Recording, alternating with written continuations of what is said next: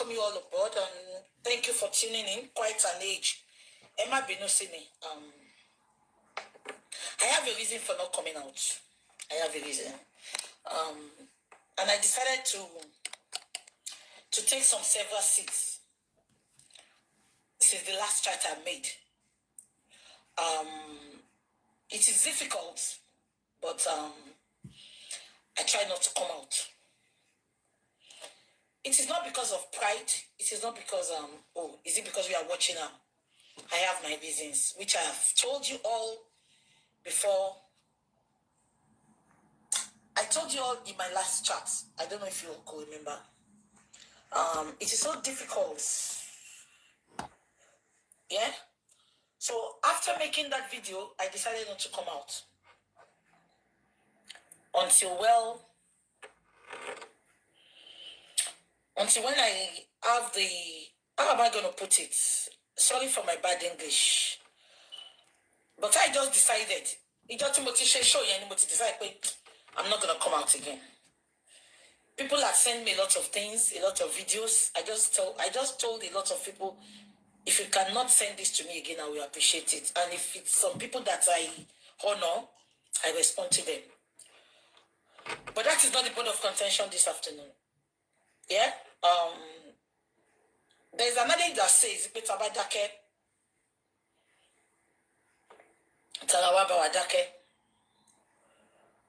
that is the reason I'm coming out again this afternoon.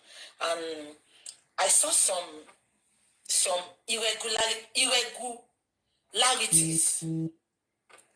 That is why I'm coming out. And I also want Ashana to know that nothing Juju is not working. It is just because I was really disappointed in what happened regarding the autopsy and toxicology. It was really a slap on us. It was really a disappointment. That was the number one reason I decided I'm not coming out again, because I don't want to talk. If I should come out after that chat I made that day, in Koma Bajegon, and I've learnt my lesson. I'd rather keep quiet and watch than coming out to talk. Am I communicating? Not that I'm daft and nobody can silence me. If I decided to remain silent, it is my decision. Nobody born of a woman, nobody that will stop me unless I decide to talk, not to talk. Am I communicating? So because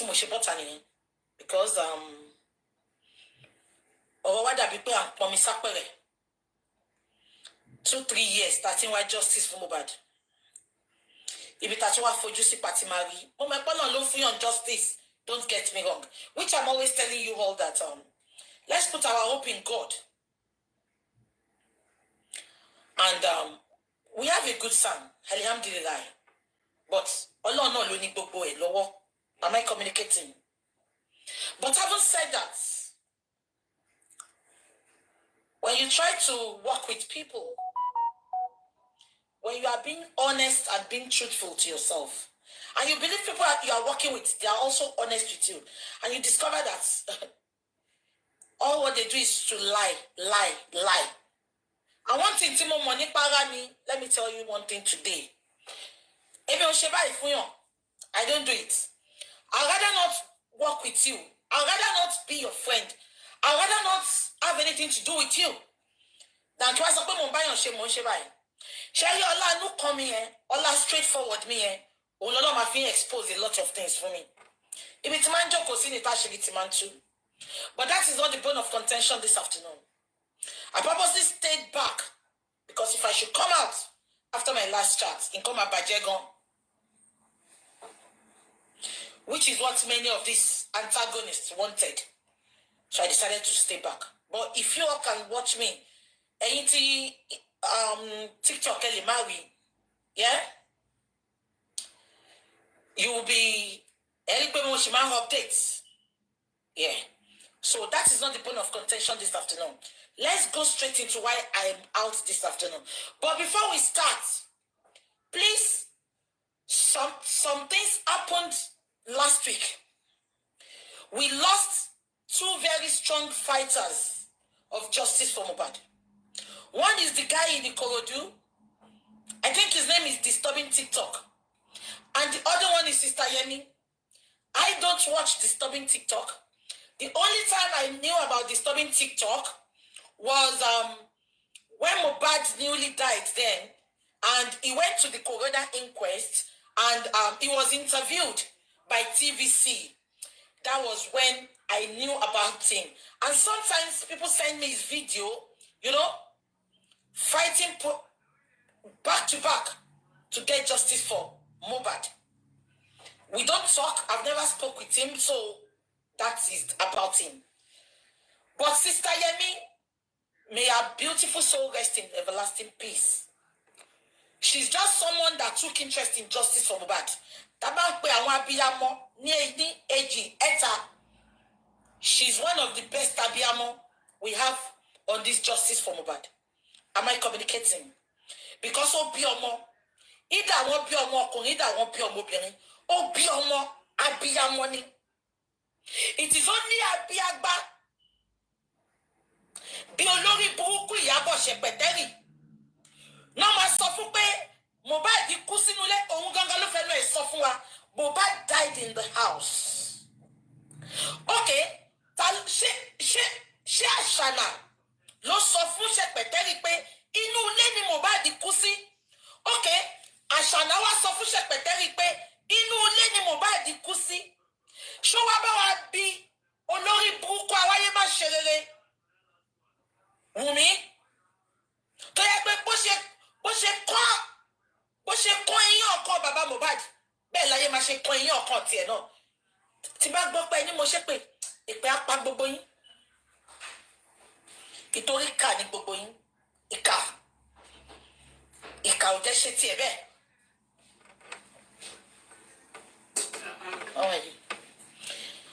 Ṣé kọ́ tí mo sọ yẹ yín? Sister Yemi, she's a very, very, you want to know her. Yeah, she's not Sister Yemi on TikTok. But when we talk about supporter, she doesn't only support by typing or watching. She supports financially. Anything that basically she's number one. Am I communicating? She's number one.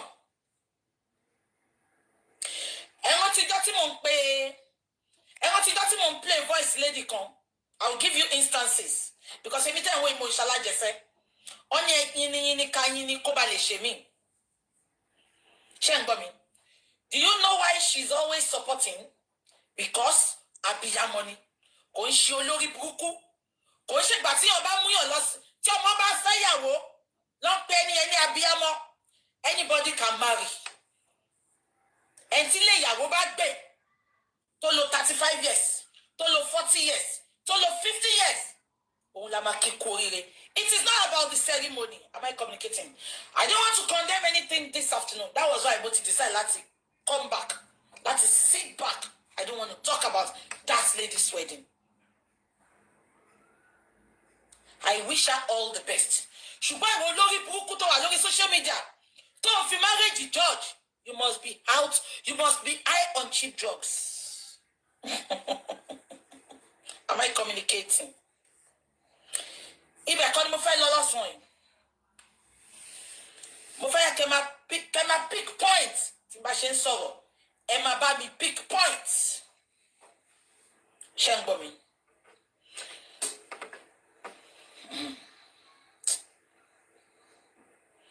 Anyway, mo yin sọ̀rọ̀ Sister Yemi lọ. Ṣé wọ́n ti gbà tí mo wá play voice Mama Mohbad? Ṣé gbogbo yín rántí? Mo fẹ́ sọ fún yín bí àǹtí yẹn ṣe máa ń support wa tó ní o. Ṣé mo gbà tí lady kan tó wà l'Amẹ́ríkà tó pè wọlé tó sọ pé wọ́n ti ń pe phone lady tó fún mi voice yẹn. Ẹ bá mi concur, ẹ bá rántí ẹ jọ̀ọ́, ẹ bá mi concur. Ṣé rántí mo play voice yẹn jọ yẹn lady tó wà ní America yẹn mo ti gbàgbé ó pè wọlé ó sọ pé wọ́n ti ń threatening girl yẹn ṣe rántí níwájú Ọlọ́run àti ènìyàn the first £250 sorry the first 250,000 tó kọ́kọ́ send àbí 200,000 mi ìrántí mọ́ àǹtí Yẹmí ló fún lady yẹn lọ́ní kọ́ send ẹ̀ sí lady yẹn kó kọ́kọ́ lọ lodge hotel kó tó di pé mo wá raise another 1 million fún another 1 million ni mo raise fún lady yẹn because mo gbé account ẹ̀ sílẹ̀ pé káwọn èèyàn dáwó gbogbo yín ò dáwó mo ò dẹ̀ fọ́ sí gbogbo yín ò dáwó uncle Araba God bless you Araba uncle Araba ó dàbọ̀ on send 50,000 mi rántí ṣé nǹkan tí mo sọ yín gbogbo owó táwọn èèyàn dá because mo rántí pé gbogbo yín jọ yẹn ẹ sọ pé put our accounts down but nobody contributed ìwọ tó bá dé contribute o lè mú docket ẹ jáde but did you see me coming out to say I contribute torí ẹ mo ní jáde mọ́ no for you to know that my platform is not about pé kẹwàá máa dáwó it's about getting justice ṣe ń gbọ́.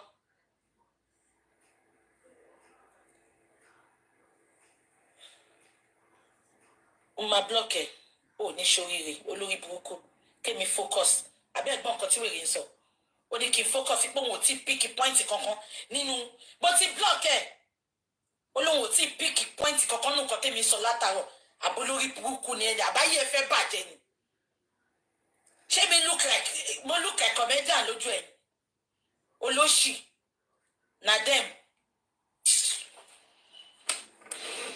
ẹ jẹ́ kí n máa sọ lọ. ẹ̀wọ̀n ti jọ yẹn tí mo play voice lady yẹn gbogbo yín sọ pé put her account out ẹ jẹ́ ká fún lówó none of you donated àǹtí Yẹmí ló kọ́kọ́ san 250,000 àbí 200,000 tó kọ́kọ́ fún lady yẹn ìpè kó kọ́kọ́ lọ lodge hotel kó ló ní pé mo wá raise èmi gangan wá raise 1 million fún so 1.2 la eventually fún kó lọ fi gbalé later ni mo gbọ́ pé kò tẹ̀ kúrò níbi tó wà yẹn ó kàn lo jìbìtì fún mi ní but tó wà òkè owó iṣẹ́ ìlú gbà yẹn ṣóyè yín àbí mo gbé gbá wá bá yín pé kẹ́ dá 1.3 million yẹn fún mi ní ṣáwá bá yín mo ń sọ fún yín ni because àwa yàtọ̀ sí dáwókú nation mi kúkú gbé gbálẹ̀ kẹ́ dáwó kọ̀ọ̀kan rí ju general owó tí everybody ń gbà ṣé nǹkan tí mo sọ yé yín but that is not the bone of contention I'm trying to let you know the kind of who Aunty Yemi is. She supports everything concerning Baba Mohbad. Aunty here we stand with anybody to ask o fẹ́ bú bàbá. She's one of those persons. So before I continue with my chat this afternoon, I'm pleading to you all. Ẹ jẹ́ ká dákẹ́ ìṣẹ́jú kan fún àwọn méjèèjì, both Aunty Yemi àti disturbing TikTok. Ẹ jẹ́ ká dákẹ́ ìṣẹ́jú kan fún wọn, please.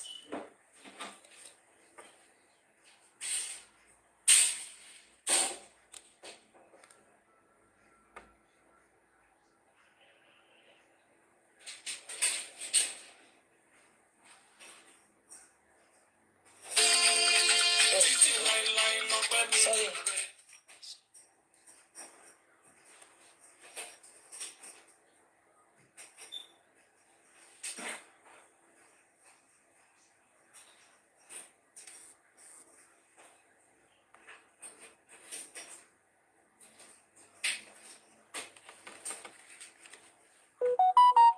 Thank you so very much. May their beautiful soul rest in everlasting peace. Amen. Eshe. It's so painful. It is so painful.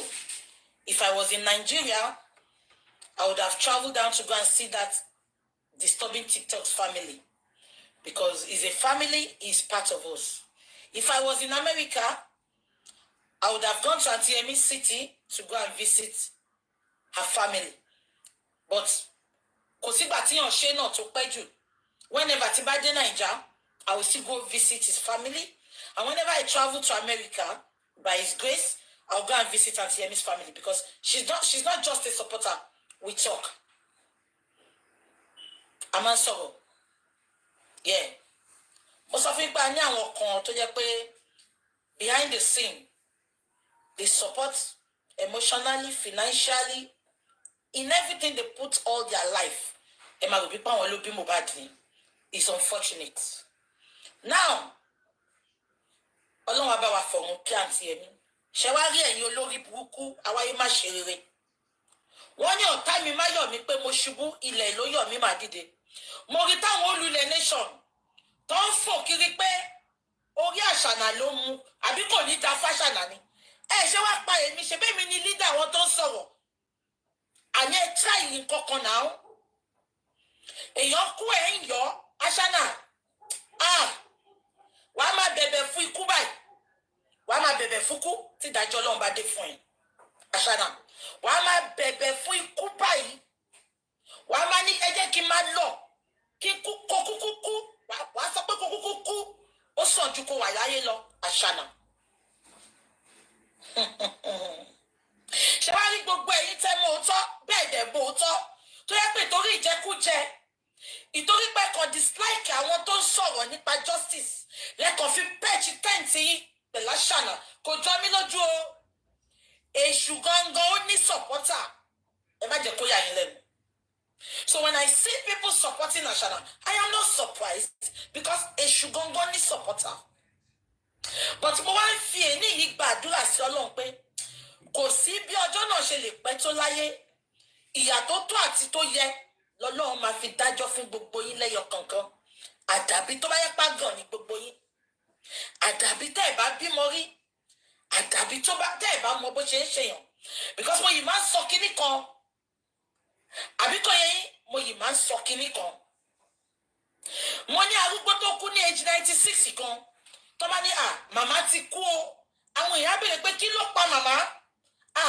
Màmá ní hypertension ni. Màmá ní high blood pressure ni. Màmá ní accident ni. Up till today, over 2 years.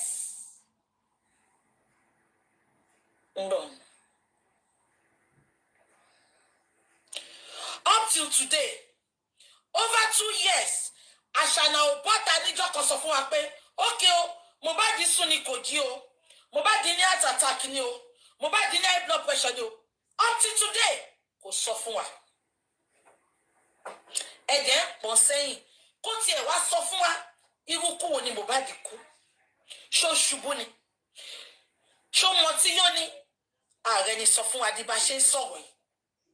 Ẹ̀jẹ̀ wa ní kínú wa yọ sírú àwọn èèyàn tó ń sọ́pọ̀tì ọmọ yìí.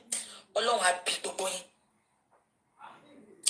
Ìjọ tí Ọlọ́run bá ti ń gbé ẹ̀bí fáláre. Ìjọ tí Ọlọ́run bá ti ń dúró.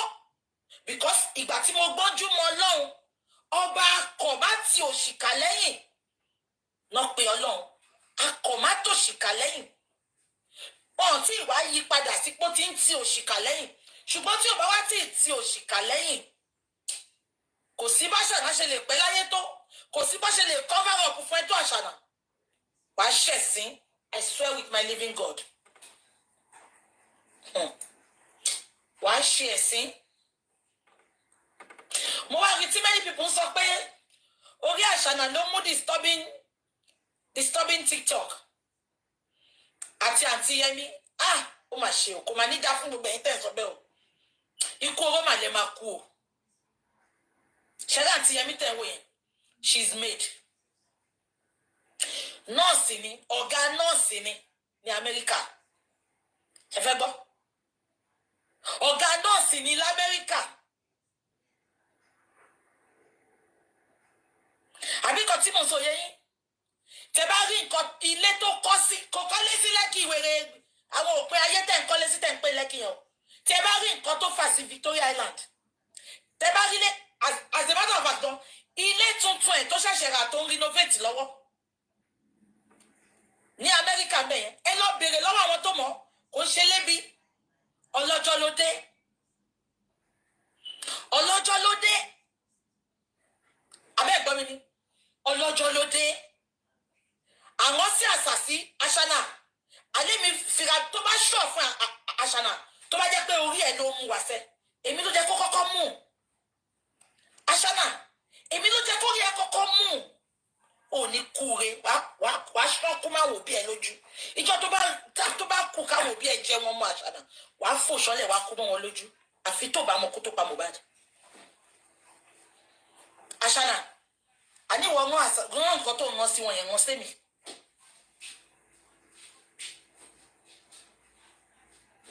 Ashana, one call, she was a boy who shake Ashana, one only a little more. It was tested like me now. A profession kuni.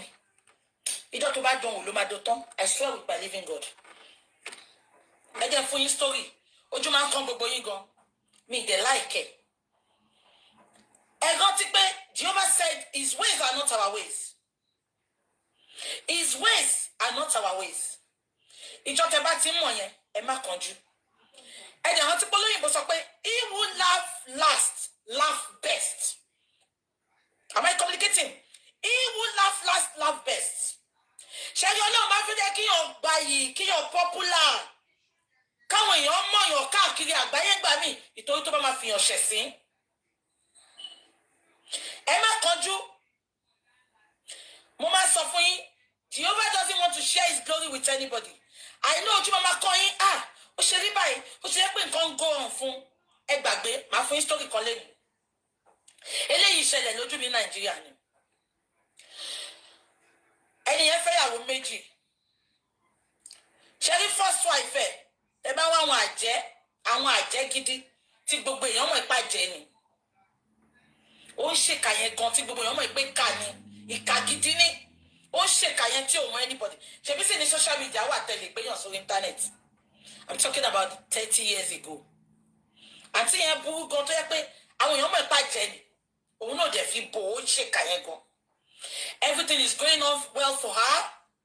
Àwọn ọmọ ẹ̀ wọ́n ń ṣe dáadáa. Àwọn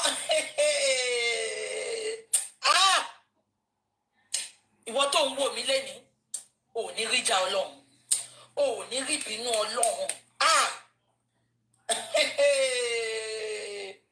wọ́n ní òwò kẹ̀mbẹ̀rẹ̀ bí ìjà ò mà ní rí ìbínú Ọlọ́run tí ìbínú Ọlọ́run bá dé ẹ máa sọ pé kí ló ṣe tó yìí abẹ́gbọ́n mi ṣé ń gbọ́. Even Bible say the wicked will spring up like a tree. Our destroyed. Gomisha. Auntie Yahoma said that she was getting everything she wanted. Inú bí àwọn èèyàn pé ó ṣe jẹ́ pé àwọn èèyàn burúkú ló enjoy by. To the extent pé ìkànnì àwọn tó ń gbé ládùúgbò wọn tó rí bí auntie yẹn ṣe wà evil tó.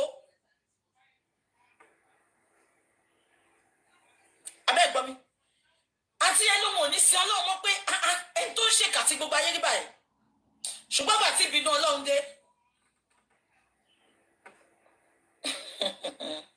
àkọ́bí ẹ̀ ti ṣe dáadáa ó ti kàwé ó ti ń bímọ ṣẹ́rí ìgbà tó máa third mainland bridge yẹn ibẹ̀ ni òun àti àkọ́bí àti yẹn àti ọmọ ẹ̀ mẹ́rẹ̀ẹ̀rin ọmọ tó bí orí bíríìjì bá kókó yẹn ibẹ̀ ni trailer pa wọ́n sí ó kọ́kọ́ pa àkọ́bí àtàwọn ọmọ ẹ̀ ó kọ́kọ́ pa wọ́n run.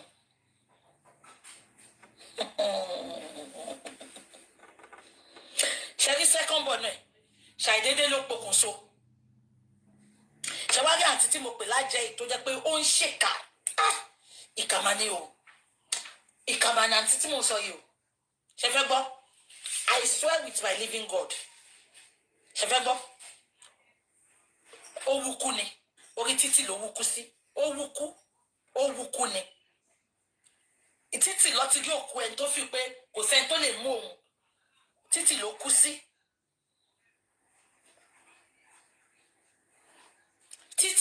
sí kí ni mo fẹ́ fàyọ fún yín ẹni yà fi pé the world is celebrating me. The world is looking up to me. I am the one reigning. Ẹ̀kọ́déètì ní sílẹ̀. Tọ́lọ́run ò bá gbẹ̀san. Kẹ́ni kò sí Ọlọ́run. Tí Ọlọ́run ò bá gbẹ̀san. Òkú ọmọ màlápé. Kò máa ń ṣòkú ajá. Òkú ajá gan tó dídì lọ pa. Ọlọ́run á gbẹ̀san. Òkú ológbò. Ọlọ́run á gbẹ̀san. Ẹ lè rí pé ó ń dùn ó ń dán fún wọn. Kò dùn kò dán fún wọn. Tí Ọlọ́run bá bẹ̀rẹ̀ gbogbo yín tẹ́ ẹ bá wọn celebrate ẹ bá wọn kànú fẹ́ fàyọ wọ́n náà ṣànà orí àṣànà ló mú àwọn tó kú sẹ́ ẹ bá mi sọ fáṣànà ẹni kó rán àwọn sí yẹn àṣàsí yẹn àti ògùn yẹn ẹni kó sàsí mi sẹ́ ẹni kó tíráyẹ lọ́dọ̀ tèmi àwọn olórí burúkú àwọn awáyé má ṣe rere àwọn aláyé bàjẹ́ ẹ̀yọ ẹni tó kú no ẹ gbàdúrà ṣebí gbogbo yín lẹ lọ́mọkùnrin ẹ̀yin tẹ́ support àṣànà ẹ fún àṣànà lọ́kùnrin ọmọ yín kó fẹ́ náà ẹ fún àṣànà lọ́mọ yín ọkùnrin kó fẹ́ náà àṣànà ọmọ dáadáa ni ẹ mú kó fẹ́ ọmọ yín náà ibẹ̀ mo ti lè mẹ́pẹ́ nífẹ̀ẹ́ àbí ọmọ dáadáa làṣànà ẹ jẹ́ káṣànà fi ọmọ yín ọkùnrin tí àbádẹ́ lọ́mọkùnrin tó lè fàṣànà ẹ jẹ́ kó fẹ́ bàbá yín náà àbí ẹ jẹ́ kó fẹ́ gbọ́n yín kó fẹ́ fámìlì yín ọkùnrin náà.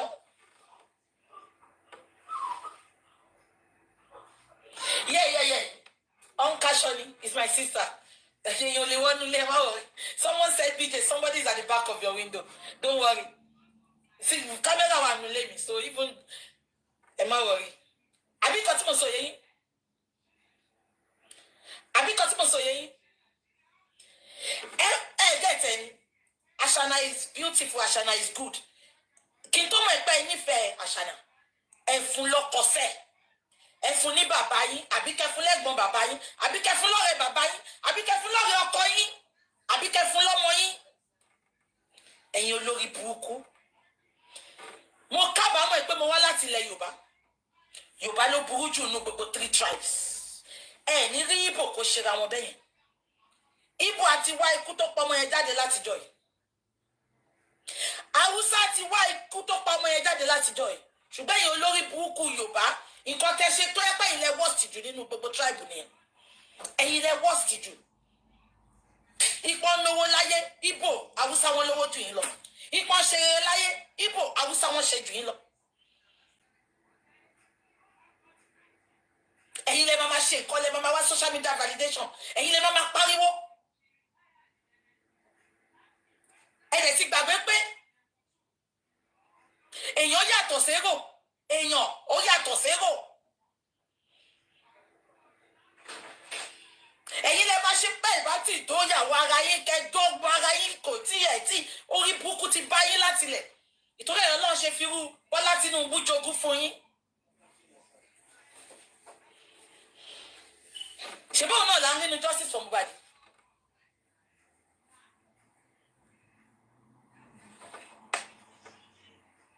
àbí kò yẹ yín. Now that is not the point of contention. In anything, tẹ́ bá ń ṣe iṣẹ́ ń gbọ́, ẹ máa rántí pé èrò yàtọ̀ séèyàn. Èrò yàtọ̀ sí èèyàn. Èrò pọ̀ nù bẹ̀yẹ gan. Èrò pọ̀ nù bẹ̀yẹ gan. Ó yàtọ̀ sí èèyàn. Tó bá ní kán ṣe roll call. Automatic ṣé lágbájá wà ń bẹ̀? Ṣé Tàmẹ̀dú wà ń bẹ̀? Ṣé èèyàn báyìí wà ń bẹ̀? Kò ń ṣe èrò. Kò ń ṣe èrò. Ẹ jẹ́ kí ẹ máa sọ èrò yàtọ̀ séèyàn.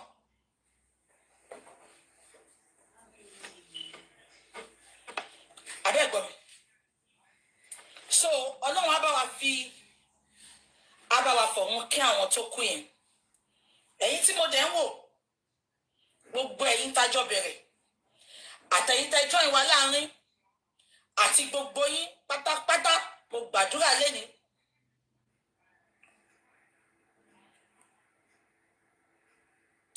Àwọn ní káwọ́ sórí fẹsẹ̀ jọlẹ̀ lórí ọ̀rọ̀ yẹn o. Mo máa ń sọ kinní kan ìdùnnú àtayọ̀ tá fi bẹ̀rẹ̀ justice for Mohbad òun la máa fi parí ẹ̀ lórúkọ Jésù. Ẹ bá mi sọ fún lórí burúkú àwọn tó yọ àwọn tó kú bàbá rà ló sọ ó ní òun dẹ̀dẹ̀ má kánjú gbogbo wa là ń bọ̀ gbogbo wa la jẹ gbèsè kú gbogbo wa pátá la jẹ gbèsè kú ọjọ́ tó máa dé là mọ̀ ṣùgbọ́n kí ni mo máa sọ Ọlọ́run á jẹ́ kí ikú kó ka iṣẹ́ rere mọ́ wa lọ́wọ́ abẹ́ ẹ̀gbọ́n mi Ọlọ́run á jẹ́ kí ikú kó ka iṣẹ́ rere mọ́ wa lọ́wọ́ bàbá rẹ̀ ló sọ pé bí a bá ń joyin bí a bá ń jàdùn bí a bá ń fi tan ewúrẹ́ jẹ ká o ká má gbàgbé pé àtìpó la jẹ́ láyé o bí a bá ń jìyà bí a bá ń momi bí a bá ń momi ojú lámùsùn ká má gbàgbé pé àtìpó la jẹ́ láyé o kò sẹ́ni tí ò ní kú tọ́jọ́ jìnnà síra wọn ní lórúkọ Jésù àdúrà mi fún gbogbo wọn ni pé ẹjọ́ ẹ̀yin tẹ́ bá jẹ́ supporter justice ẹ bá wa lọ kí disturbing TikTok mo city tanti Yẹmí wà Amẹ́ríkà ẹ̀yin tẹ́ bá jẹ́ supporter justice náà ẹ bá wa lọ kí àwọn parents àti Yẹmí àbí kò yẹ yín ẹ lọ bá wa kí àwọn parents àti Yẹmí ṣé nǹkan tí mo sọ yẹ yín anything can happen gbogbo wa la ní traces heart attack la ní traces high blood pressure bàbá ṣe maintain ẹni am I communicating bàbá ṣe maintain ẹni kò sí pé yàn kankan ń ṣe ìkàfẹ́yàn kan tó bá rí ìkà yẹn ṣe Ọlọ́run gbà fún ẹni ṣùgbọ́n tọ́lọ́run bá gbà fún ẹ láti ṣe ìkà yẹn tó bá lọ pẹ̀ lára rẹ kó sọ pé Ọlọ́run ṣe Ọlọ́run àbí kò yẹ yín wọ́n ní Chicago láti Yẹmí ń gbé ẹjọ́ ẹ̀yin tẹ́ bá lè bá wa lọ kí àwọn parents wọn we really appreciate it because àti Yẹmí yìí ní dádì láyé wọ́n dẹ̀ ní ọmọ láyé ẹ̀yin tẹ́ bá lè lọ ẹ̀yin tẹ́ wà ní Nàìjíríà náà tẹ́ bá lè bá wa lọ kí disturbing TikTok parents ẹ lọ bá wa kí wọn ẹjọ́ Ọlọ́run àtẹlẹ̀ fún wọn Ọlọ́run àtẹ wọn sáfẹ́fẹ́ rí family tán fi sílẹ̀ Ọlọ́run bá wa dúró tì wọ́n Ọlọ́run wá ní ṣe lóko àkúfà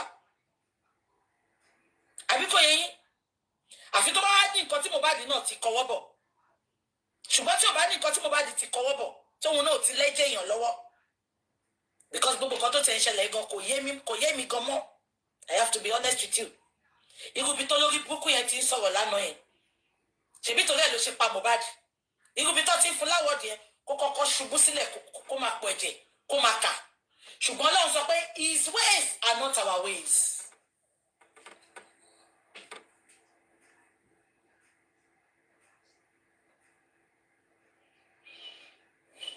àbọ̀wọ̀ mi ò yẹ yín ṣó ẹjọ́ gbogbo ẹ̀yin tẹ́ ń wé mi lẹ́ni ẹni tó bá wà níbi tí àǹtí Yẹmí ń gbé káàntì ẹ lọ bá wa kí àǹtí Yẹmí ẹni tó bá wà níbi tí disturbing network ń gbé ẹ lọ bá wa kí wọn bẹ̀ ẹ ṣe àní rírọ ẹ̀ mọ́ mo máa ń gbàdúrà kan lójoojúmọ́ tí mo dẹ̀ máa ń gbà fún gbogbo yín ìdùnnú àtayọ̀ tá fi bẹ̀rẹ̀ àbí kò yẹ yín ìdùnnú àtayọ̀ tá fi bẹ̀rẹ̀ ìdùnnú àtayọ̀ náà la máa fi parí ẹ̀ gbogbo ojú àti gbogbo àwọn tó bá wa bẹ̀rẹ̀ justice gbogbo wa náà la máa jọ parí ẹ̀ lórúkọ Jésù ẹ ṣé mo dúpẹ́ God bless you nǹkan kan ṣẹlẹ̀ ní inú inquest kí tó lọ sí inquest mo fẹ́ sọ nǹkan kan fún yín lọ́sàn-án mo máa ń sọ fún yín pé mi máa ń observe nǹkan ni ṣé ń gbọ́ mi ṣé gbogbo yín rí edies tán ṣe lánàá ṣe rí edies tán ṣe lánàá tẹ́ bá rí kẹ́ nawọ́ sókè okay máa block ẹ tó bá ti padà wá don't worry I will block the person ṣé gbogbo yín rí edies tán ṣe lánàá mo fi update kan sórí kíní mi ń sìn mo fi update yẹn sí TikTok so ẹ lè má rí. Mohbad was awarded yesterday at the edies. That was the 17th edies award. Àbíkò yẹn wọ́n ní wọ́n fún Mohbad ní award. Disturbing TikTok ni mo sọ pé disturbing network ṣé nǹkan tí mo sọ ni his name is disturbing TikTok ẹ má bínú. Wọ́n ní wọ́n fún Mohbad ní award ní edies. This is a boy tó ti collabo pẹ̀lú àwọn oríṣiríṣi èèyàn wọn ò fún ní award. Ó ṣe jẹ́ pé 17th àná yẹn lọ́wọ́ fún ní award. Ṣé gbogbo yín connect dot yẹn ṣá? Ẹ jẹ́ kí n ka nǹkan tí mo sọ fún yín. Mo ní so Mohbad was awarded at the 17th Edies Award yesterday. It is all about publicity and game plan. The same thing tó ń fi ọmọ Mohbad tó fi ń ṣe lọ́wọ́lọ́wọ́. Bọ́bá wúkọ́ wọ́n á gbé pápá lòlò síbẹ̀. Bọ́bá kọrin wọ́n á gbé pápá lòlò síbẹ̀. Tó bá wà nulẹ̀ wọ́n á gbé pápá lòlò síbẹ̀. Just to promote things.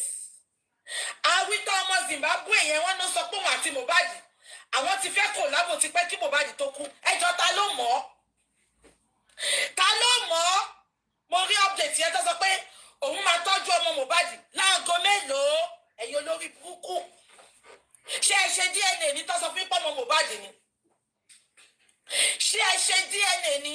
Let me tell you what happened about that award yesterday. Yeah, get it. Let me tell you what just happened at the award yesterday. Sherry Anthony award yẹn is a friend with Baba Jegejege. Gbogbo àwọn yamayama yẹn. Ṣẹ̀tìrí wọn is a friend with them. Last minute, tẹ́ bá rí pé last minute lọ fi ọmọ Zimbabwe yẹn sí. Ọmọ Zimbabwe yẹn, ẹ rí pé last minute lọ ń gbé pé official award. So ti yẹn. Now that is not the point of contention. Baba Jegejege ló work ẹ pé kàn fún Mohbad award.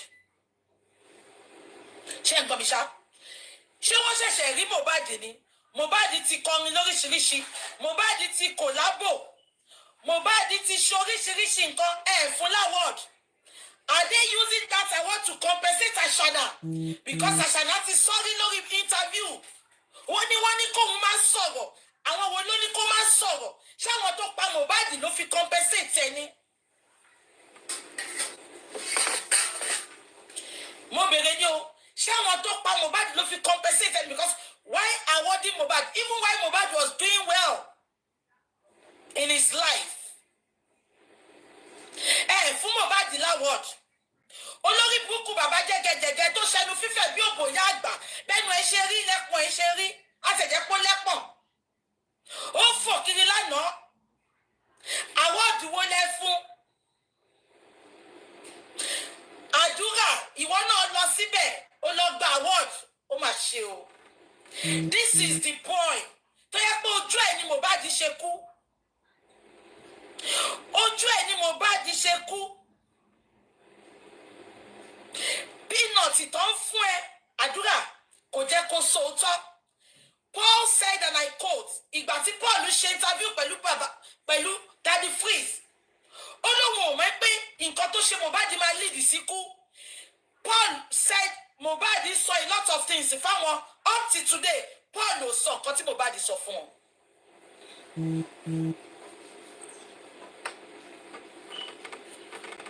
Paul ò sọ nǹkan tí Mohbad sọ fún wọn.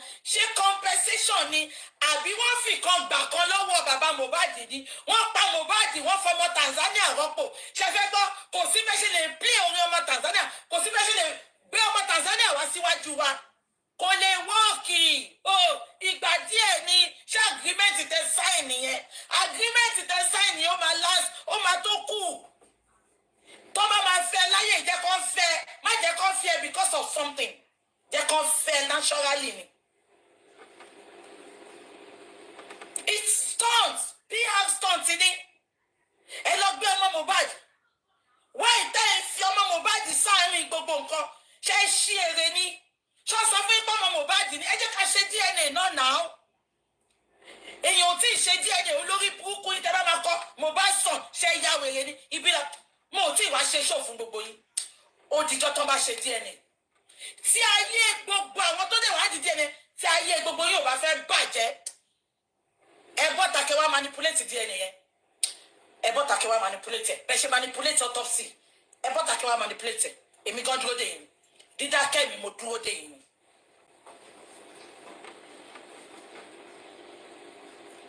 Ẹ wá pa Mohbad. Ẹ wá fẹ́ máa gbọ́ ọmọ Tanzania kò lè work.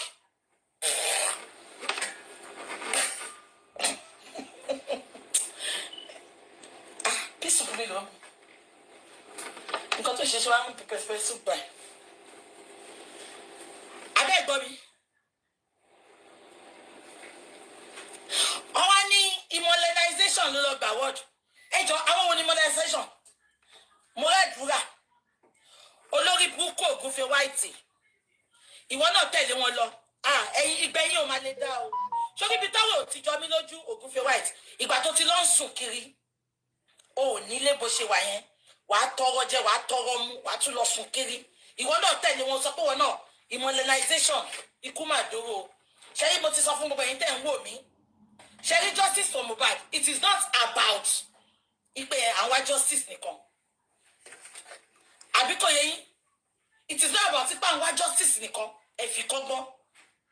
Tó bá fura 1 minute lẹ́gbẹ̀ẹ́ tó ń fẹ́ àbí family ẹ̀ cut them off.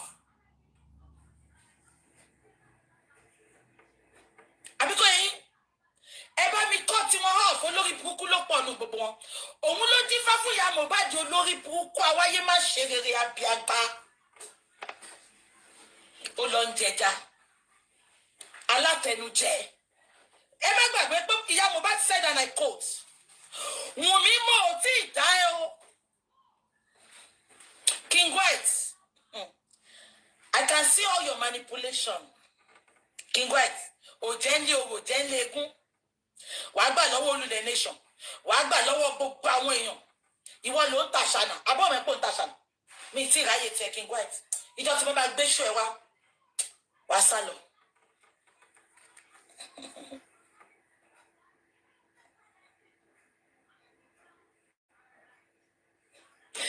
Àní mo bí gbogbo yín ni sẹ́, àwọn wo ló fọ́ọ̀mù immobilization yẹn because mi ì anybody nínú immobilization. Àwọn wo ló fọ́ọ̀mù ẹ̀? Ṣé King White náà torí àtẹnujẹ King White olórí burúkú ó dàbí ewúrẹ́ tó ń yàgbẹ́?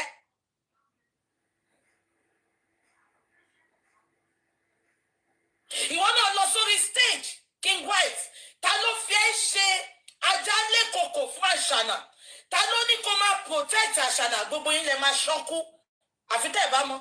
King White, I know you know a lot. I know you know a lot. Come out and make a show and tell me you don't know a lot. Kí wá bẹ́ẹ̀ bẹ̀rẹ̀. King White, I know you know a lot. But àwa ṣe show pé BJ parọ́ mọ́ ẹ ò mọ̀ kankan. You know a lot.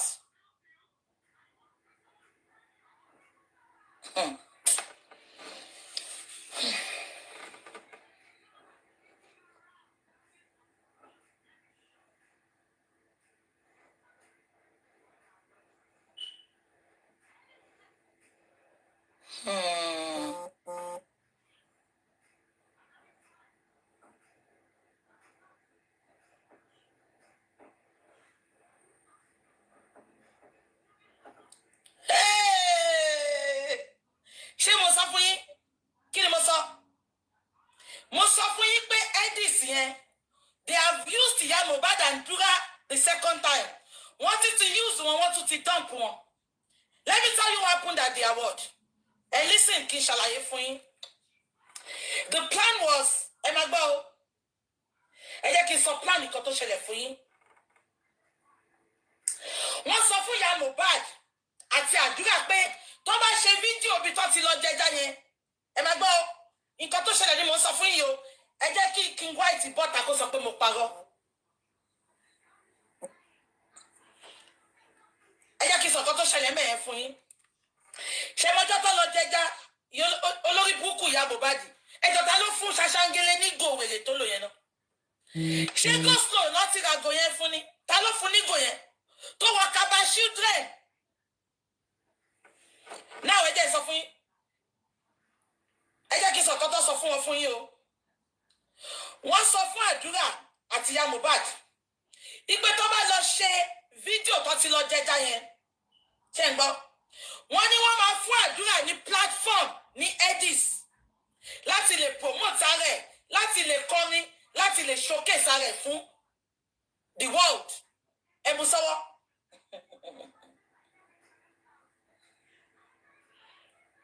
Now, ṣẹ́rí speech tí olórí burúkú àṣàlá give yẹn. Àdúrà lọ ti sọ pé ó máa give speech yẹn. Wọ́n wá sọ pé àdúrà máa kọrin ní edies. That was the promise. Ẹni kan bọ́ta kan sọ pé mò ń parọ́. Kò ní dá fún gbogbo wọn. Bá ṣe ń yọ só la ṣe ń yọ gbọ́. The promise was tó bá ṣe fídíò bí tó ti lọ jẹjá yẹn, tó ti jẹyán. Wọ́n ní kó plan kó fi wọn gbogbo yín pọ́ ti parí ìjà. Reluctantly, ìyá Mohbad did not want to make that video. I have to be honest. But they told her pé ṣọmọ ẹ pé Mohbad ti kú. Wọ́n dẹ̀ fẹ́ gbàdúrà sókè. Now, ẹ ṣe fídíò yẹn tẹ́ bá ti ṣe. They manipulated them. It's just unfortunate. Because wọ́n ti fún ìyá Mohbad lóríṣiríṣi opportunity láti tell the world what happened. But I don't know why she's been manipulated with peanuts. Ẹ máa gbọ́ o. Wọ́n wá promise àdúrà pé tó bá lè support everything tó ń ṣẹlẹ̀. As in, kan ṣe fídíò kan rí pé gbogbo wọn wà ní inú ìfẹ́ kan. Wọ́n ní tó bá dé orí ibẹ̀ yẹn lánàá yẹn, wọ́n máa jẹ́ kádùrà speech tí Àṣànà give yẹn, Mohbad àdúrà náà ló máa sọ. According to Àṣànà àti nǹkan tó sọ fún ìyá Mohbad, wọ́n dẹ̀ sọ pé àdúrà tí wàá lo ibẹ̀ yẹn as opportunity láti kọrin, láti put her to the world. Bàbá jẹ́gẹ́jẹ́gẹ́ ní gbogbo plan yìí o. Ẹ bá wa bí bàbá jẹ́gẹ́jẹ́gẹ́ kí ni interest ẹ̀ nínú gbogbo nǹkan tó ń ṣe yìí. Ẹ jẹ́ kí n máa sọ lọ. So that people can see his song. Àwọn èèyàn lè rí bó ṣe ń kọrin. Wọ́n lè rí pé òun náà wà talented bí Mohbad. Àdúrà dẹ̀ ti gbàgbé pé mo máa ṣerun mi bí tàbẹ̀kẹ́. Tó o bá lórí tó dàbí dàbẹ̀kẹ́ kò lè jọra wọn. Ṣé ń gbọ́ mi? Now, ìgbà tó dé orí stage, Àṣànà náà fún ní mic. Àṣànà jẹ́ kó fàdúrà mic yẹn kò fún. Ẹ̀yin gbàdúrà ò kọrin bẹ̀yẹ rárá. Àbí ṣàdúrà kọrin. Meanwhile, promise sọ fún wọn ni pé ó máa kọrin bẹ̀ so that a lè showcase talent ẹ̀ fún gbogbo àwọn èèyàn. But wọ́n tún use wọn, wọ́n tún dump wọn. Ẹni sùn ń bọ̀. Yes, sir. Okay.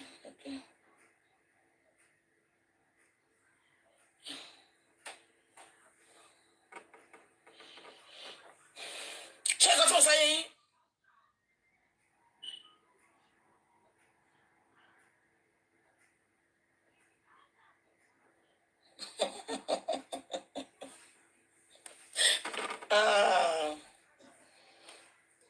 Ó mà ṣe o. Ó mà ṣe o. Why are they using these people? Why tí àdúrà àti ìyá Mohbad ò lè sọ truth wọn? Ṣé ẹ pé mo update lọ́sàn-án yìí tí mo sọ pé it is all a game work plan ni. Ó ti ní nǹkan tí mo ti gbọ́ ni. Ṣé ẹ pé bá ṣe ń yọ só la ṣe máa ń yọ gbọ́? That edies was planned. It was Adura that was supposed to talk. Kó dẹ̀ kọrin. Ẹ̀rí pàdúrà múra tán ni. Ó fẹ́ showcase ààrẹ. But unfortunately, Àṣànà tún use wọn, ó tún dump wọn. Àdúrà, ìyá Mohbad. Bíbélì ní say your truth and let your truth set you free.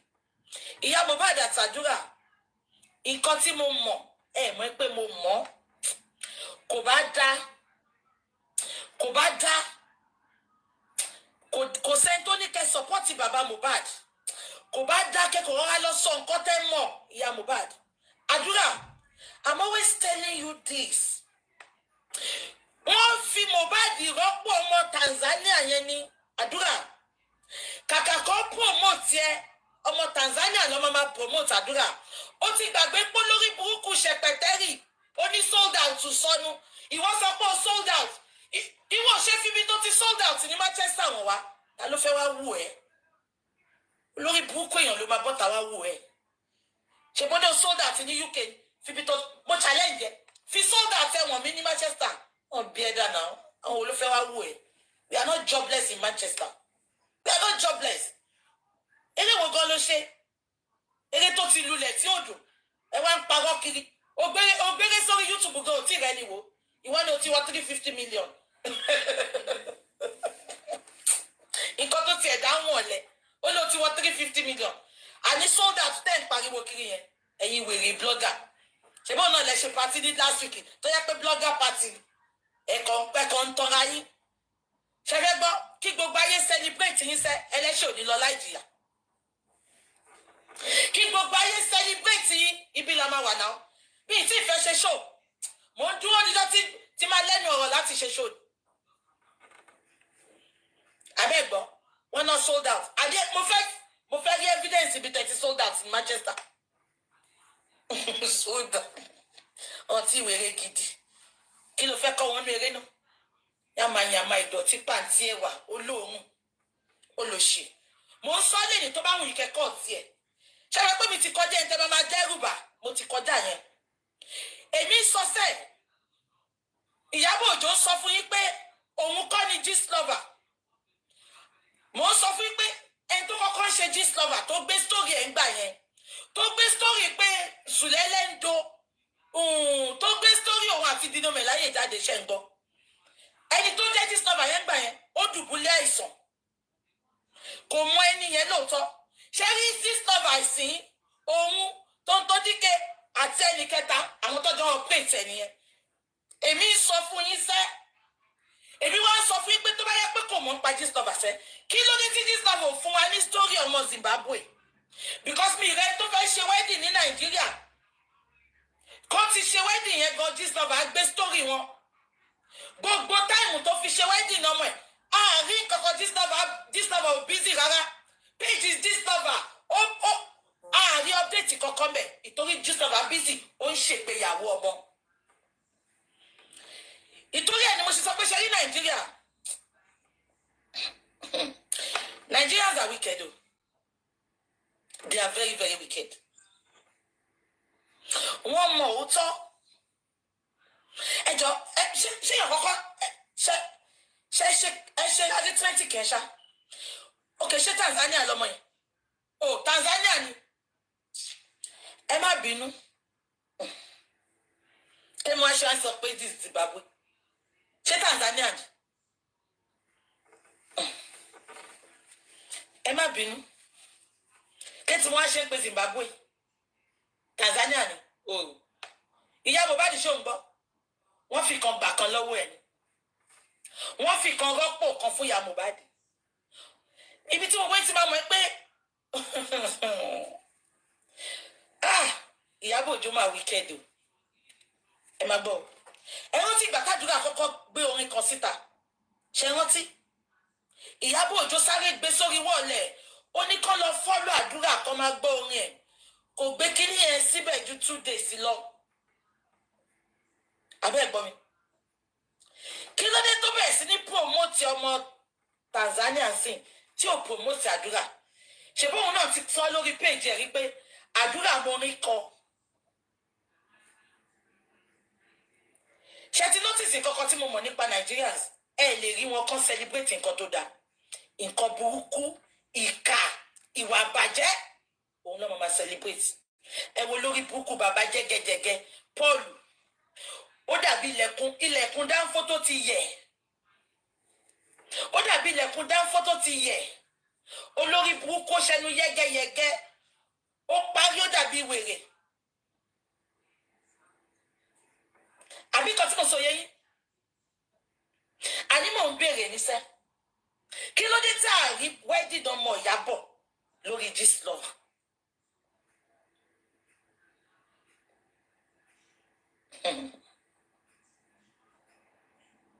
Àdúrà àṣànà tún ti use ẹ ó tún ti dump yín.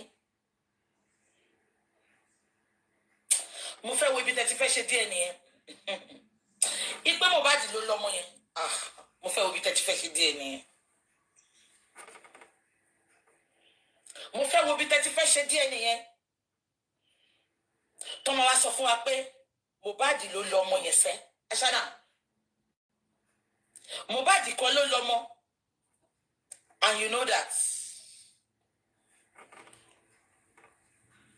Àbí kan tí mo sọ yẹn. Wọ́n ṣà ń gbé ọmọ yẹn, wọ́n ń gbé wá sójú wa. Ẹ wò gbà tó ń give speech náà. Our son. Ṣọ́rọ̀ Àṣànà jọ yín lójú ni. Ẹ má jẹ́ kó jọ yín lójú. Àbí inú interview kan l'Àṣànà ti sọ fún wa pé wọ́n gbé ọmọ sínú ọ̀rá. Wọ́n gbé ọmọ sínú nylon bag. Inú interview kan ló ti sọ fún wa pé bàbá Mohbad òun pé dádì kí ló ń tẹ̀ ń bínú sí mi. Ìgbà tá a bá play voice ẹ̀ èpè mà ló gbé bàbá ṣẹ́. So irọ́ wo ni ò lè pa?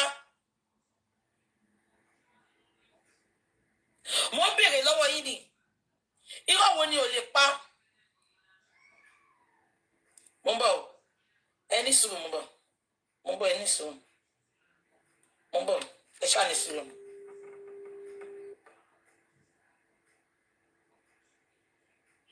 Ẹ má sọ̀rọ̀ ẹ wo text tí mo fẹ́ text yín sìn mo fẹ́ send text yín sí ẹ ṣáà hold on síbẹ̀ yẹn kẹsàrẹ́ bá mi send ẹ bá mi work on it tẹ bá lè work on it.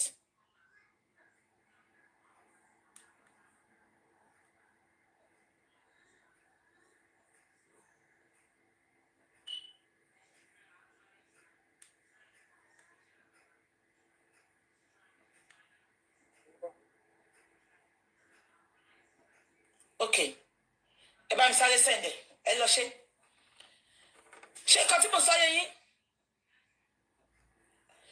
now kí ni mo wá fẹ́ fàyọ.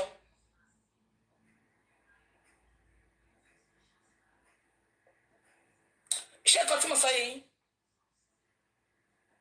mi ò rí líǹkì yẹn o. Mi ò ní. ok ẹ jẹ́ n wá.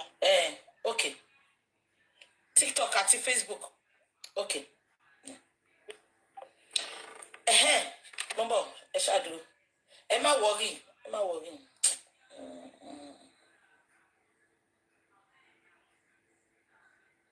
mo ń bọ̀ ok yeah.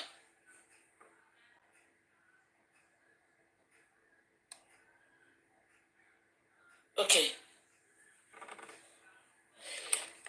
ẹ tún nọ́tìsì ni èmi sọ fún yín sẹ́ ibi tẹ́tí máa mọ̀ ẹ́ pé Yorùbá ló burú jù Ìyábọ̀ jẹ́ kó yé wa pé inú ilé ni Mohbad kú sí ó jẹ́ kó yé wa pé Naira Marley ló pa Mohbad dèní kò máa bọ́ta wá sọ fún wa pé Mohbad ò máa kú sínú Mohbad ò máa Naira Marley máa kọ́ ló pa àbí now Àṣànà tó wá bọ́ta sórí stage kó má lè sọ pé kán dákẹ́ ìṣẹ́jú kan fún Mohbad ó ti sọ̀rọ̀ tán because ẹ rí i pé she's not even interested in that boy. Nǹkan tó ṣe pa Mohbad náà nìyẹn ó pa láti represent ẹ ó pa láti popular ó pa láti jogún ẹ. Mo tún sọ fún gbogbo yín níṣẹ́ nínú gbogbo nǹkan tẹ́ máa ṣe láyé yìí má jẹ́ kó pa ẹ́. Ṣé rí gbogbo interviews tó lọ ń ṣe ní gbogbo ìgbà yẹn ìtòrò fẹ́ máa jáde ni ó ti ń jáde yẹn kò tí ì jáde sójú àwọn èèyàn. Ṣèbí lẹ́yìn yẹn lẹ́ni tó lọ sí pátí ó ti move on honestly kò sẹ́ni tó ní kó má move on but kó tiẹ̀ sọ fún wa ikú tí Mohbad kú ibẹ̀ yẹn nìkan ni mo ti ní problem pẹ̀lú Àṣànà. Ókè o Mohbad sọ̀kalẹ̀ lórí staircase ló kú o ókè o ó ní àtàtàkì ni o mo ní ìyá 96 gan tó bá kú wọ́n máa ní kí ló pa màmá the fact pé màmá yẹn ti dàgbà wọ́n á ní kí ló pa màmá màmá ṣubú ni màmá ní hypertension ni màmá ní stroke ni up till now àwọn olórí burúkú tó sọ pé ikú ni mo àbí kò ṣe àwọn olórí burúkú tó fún wọn láwọ̀dù ṣe báwọn lọ sáré lọ ṣe candlelight abẹ́tí gbàgbé ni tó sáré lọ ṣe candlelight adé kò lè dá fáwọn Nàìjíríà Yorùbá particular àwọn yẹ̀yẹ́ British yìí particular ṣé kí wọ́n sọ fún yín o wọn ò nífẹ̀ẹ́ ara wọn o because enemy kan náà tọ́jọ́ ní òun ló sọ gbogbo wọn dibẹ̀ sí o wọn ò nífẹ̀ẹ́ lọ́bì ìyá ẹ̀ olórí burúkú Kẹ́mi oníwẹ̀ is this talk ma block ẹ̀ sìn lọ́bì ìyá aláya ẹ̀ olóṣì aláyé bàjẹ́ orí bó ṣe rí aṣọ tó jẹ kó wà ní ibi ìdodo ẹ̀ abẹ́ ọyàn ló wà olóṣì ó dàbí àpòyọ̀ abẹ́ ẹ̀gbọ́n mi àbí kò ṣe gbogbo àwọn tó wà ní edies yẹn gbogbo ọkọ ló lọ ṣe candlelight abẹ́ ti gbàgbé ni tọ́ni Mohbad àwọn fẹ́ mẹ́rin tó pa Mohbad àwọn tó fẹ́ abẹ́ ti gbàgbé ni they are all fake from the pit of hell ó kàn máa ń dùn mí fún yín ṣẹ́rí ó máa ń dùn mí fún gbogbo yín ẹ̀yin tẹ́ yìí sọ pé they are your favourites they are wicked ìkà ní gbogbo wọn ẹ wo gbogbo mo ń bọ̀ ẹ ṣàdúró ẹ wo gbogbo wọn lẹ́nìí àbí gbogbo wọn náà kọ́ ló sọpọ́tì Tinubu gbogbo ọkọ ló lọ gbé plákàdì lọ́lọ́kọ́ ní pé kẹ́ dìbò fún Tinubu bébí ṣe ń pa gbogbo yín lẹ́nìí sìn ṣọ́ba yín dá sí ojú yín náà lọ́ba ṣe lọ́ba pátí tọmọ máa ná bẹ́ẹ̀lì ebi dẹ̀ pọmọ tó wà lẹ́gbẹ̀ẹ́ wọn Àbí ẹ ti gbàgbé ìgbà tí Mohbad kú ni. Ẹ ti gbàgbé ìgbà tí Mohbad kú ni mo ń bọ̀. Ẹ ṣáà dúró. Mo ń bọ̀.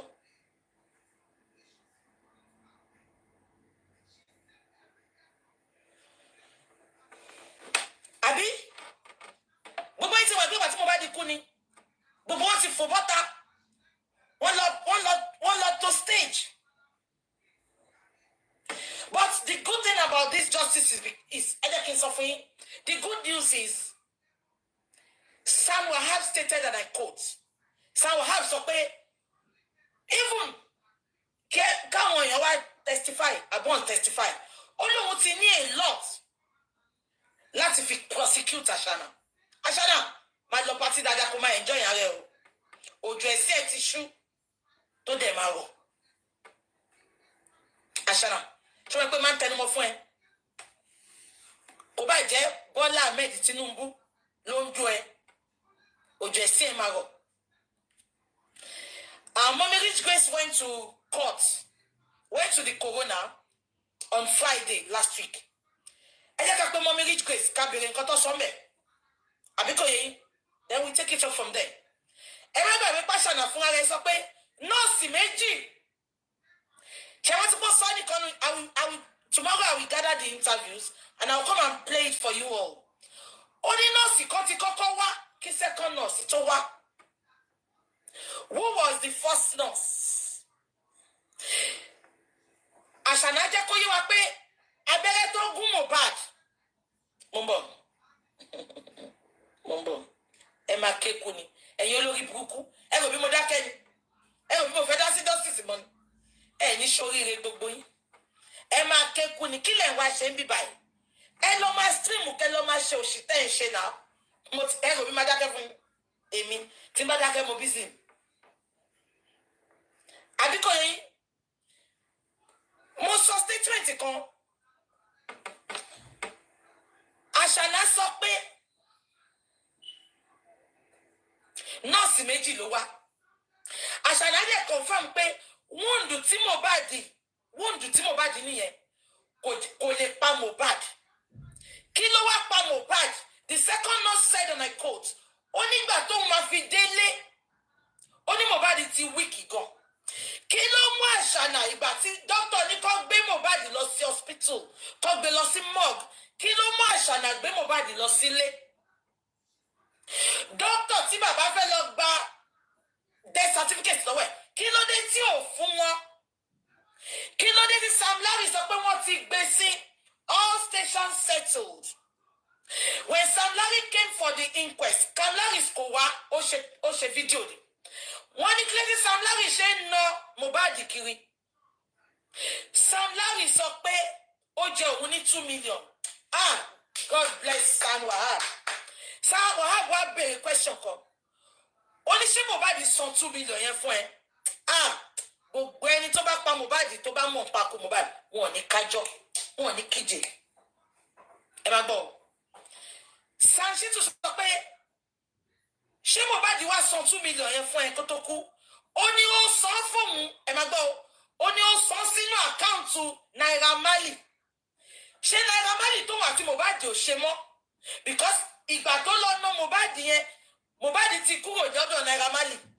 Ó wá san court, ó ní 2 million tí Mohbad jẹ òun, ó ní ó san fóun. Ó ti mọ̀ pé tó bá sọ pé san sínú account, wọ́n á béèrè account yẹn, wọ́n á fẹ́ wò. Ó wá parọ́. Ó nínú account Naira Marley lọ sanwó yẹn sí. Ṣé lẹ́yìn tí Mohbad ti kúrò lọ́dọ̀ Naira Marley ni Mohbad wá lọ san 2 million sí ẹ̀? Ó jọ gàtẹ́, kò jọ gàtẹ́, ó fẹsẹ̀ méjèèjì jọra wọn. Èmi sọ fún yín lè ní sẹ́ pé ọwọ́ Sam Larry ò mọ́ nínú òkú Mohbad. All stations settled. Wọ́n ti gbé sí òkú Òkínbálàyé rojọ́. Abẹ́ ti gbàgbé ní ẹ jẹ́ ká tún play. Ẹ jẹ́ ká tún play ká tó gbọ́ Mommy Rich Grace. Mo fẹ́ tún play bí ẹ̀ gbọ́ dáadáa. Ẹni sùúrù. Ọmọ Zimbabwe, ọmọ Tanzania, máa gbádùn ara ẹ lọ́tì ẹ̀. Ó yá fọmọ lọ́mọ release sí. Ó yá fọmọ lọ́mọ. Ó yá fi release freestyle. Bó jẹ́ mi náà nǹkan. Opportunity comes but once. Ta ló máa rẹ́yìn wèrè lẹ̀ tí ò ní bùjẹ́? Ó yá release orin lọ́tì ẹ̀. Mo láìkí ẹ máa ṣe tiẹ̀ lọ. Àsìkò ẹni. Contract ni. Every minute ló dẹ̀ release your contract ni. Tẹ́lifà yóò kàn. Every minute ni ó release freestyle lọ. Freestyle tó jẹ́ kájúlá máa release. Ọmọ Tanzania ó ganu sí ni.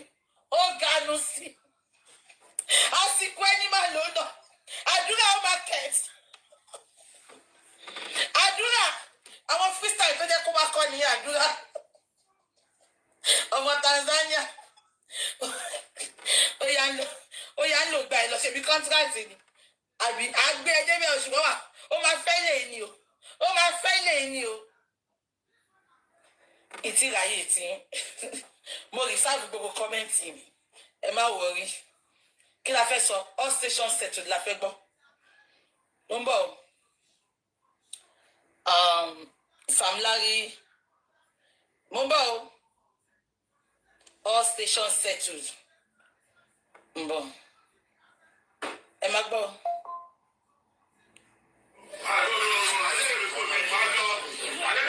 Ibi tó ti ná nìyí o.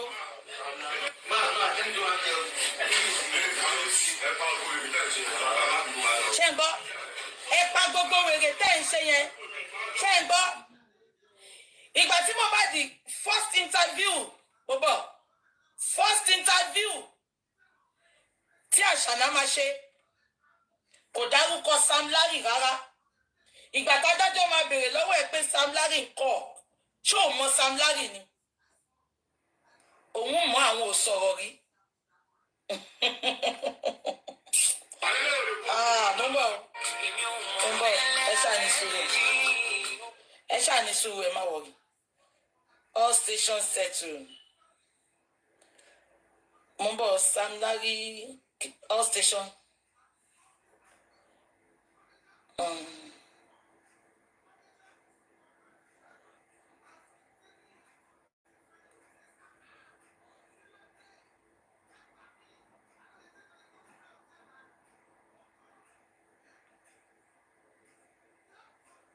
Mo ń bọ̀.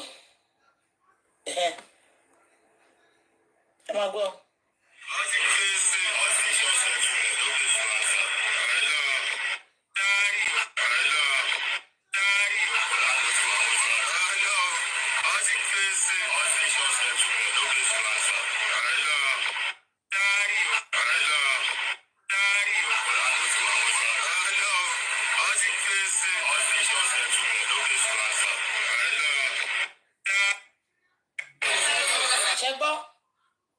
All stations settled.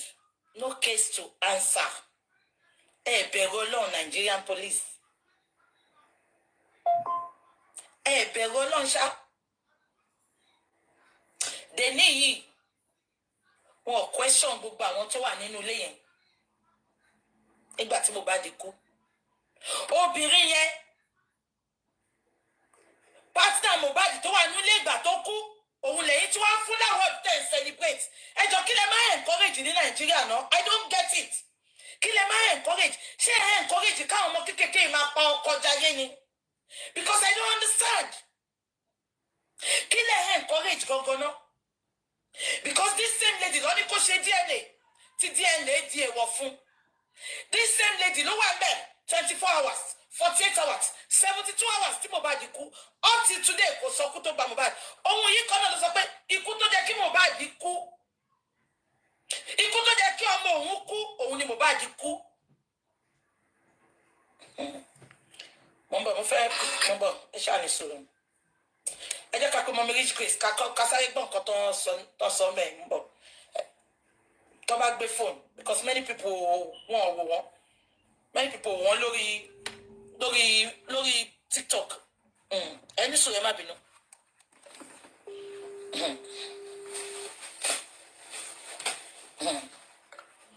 Wọ́n sọ pé may Nigeria not happen to us. Kò ń ṣe pé o. Kò ń ṣe pé o. May Nigeria not happen to any of you.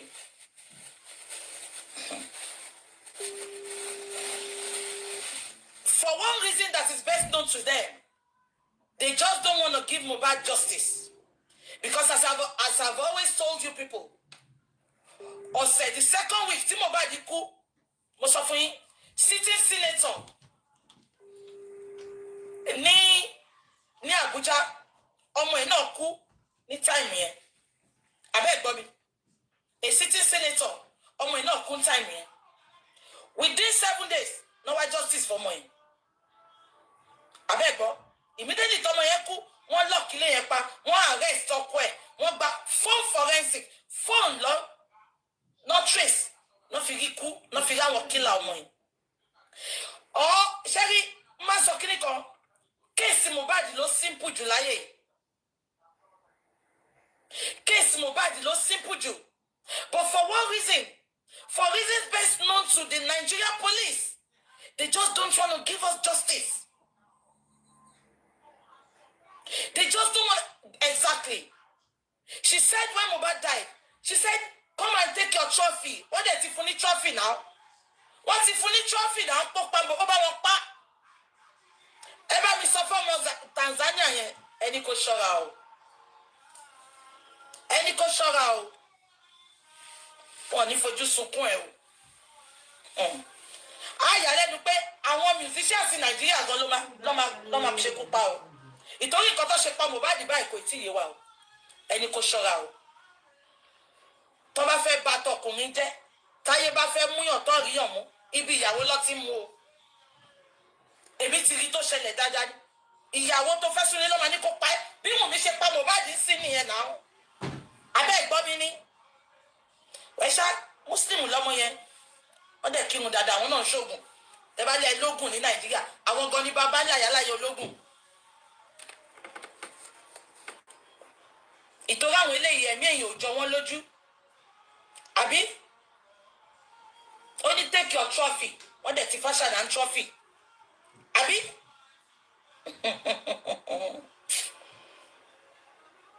mo ń bọ̀ o kí ni mo fẹ́ sọ mo fẹ́ play àwọn nǹkan kan fún yín yes mo fẹ́ play nǹkan kan mọ́mí rich grace ò fi gbé fóònù tó má gbé kí n tó lọ mo fẹ́ sáré play nǹkan kan fún yín ẹ má bínú sí mi ṣe gbọ́ ẹ má bínú mo bọ̀ mo fẹ́ play nǹkan kan mo fẹ́ mú nǹkan kan jáde nínú nǹkan tí mo fẹ́ play yín yeah 2 things mo fẹ́ play fún yín ẹ ní sùúrù o ẹ gbọ́ ibi báyìí mo fẹ́ analyse kankan.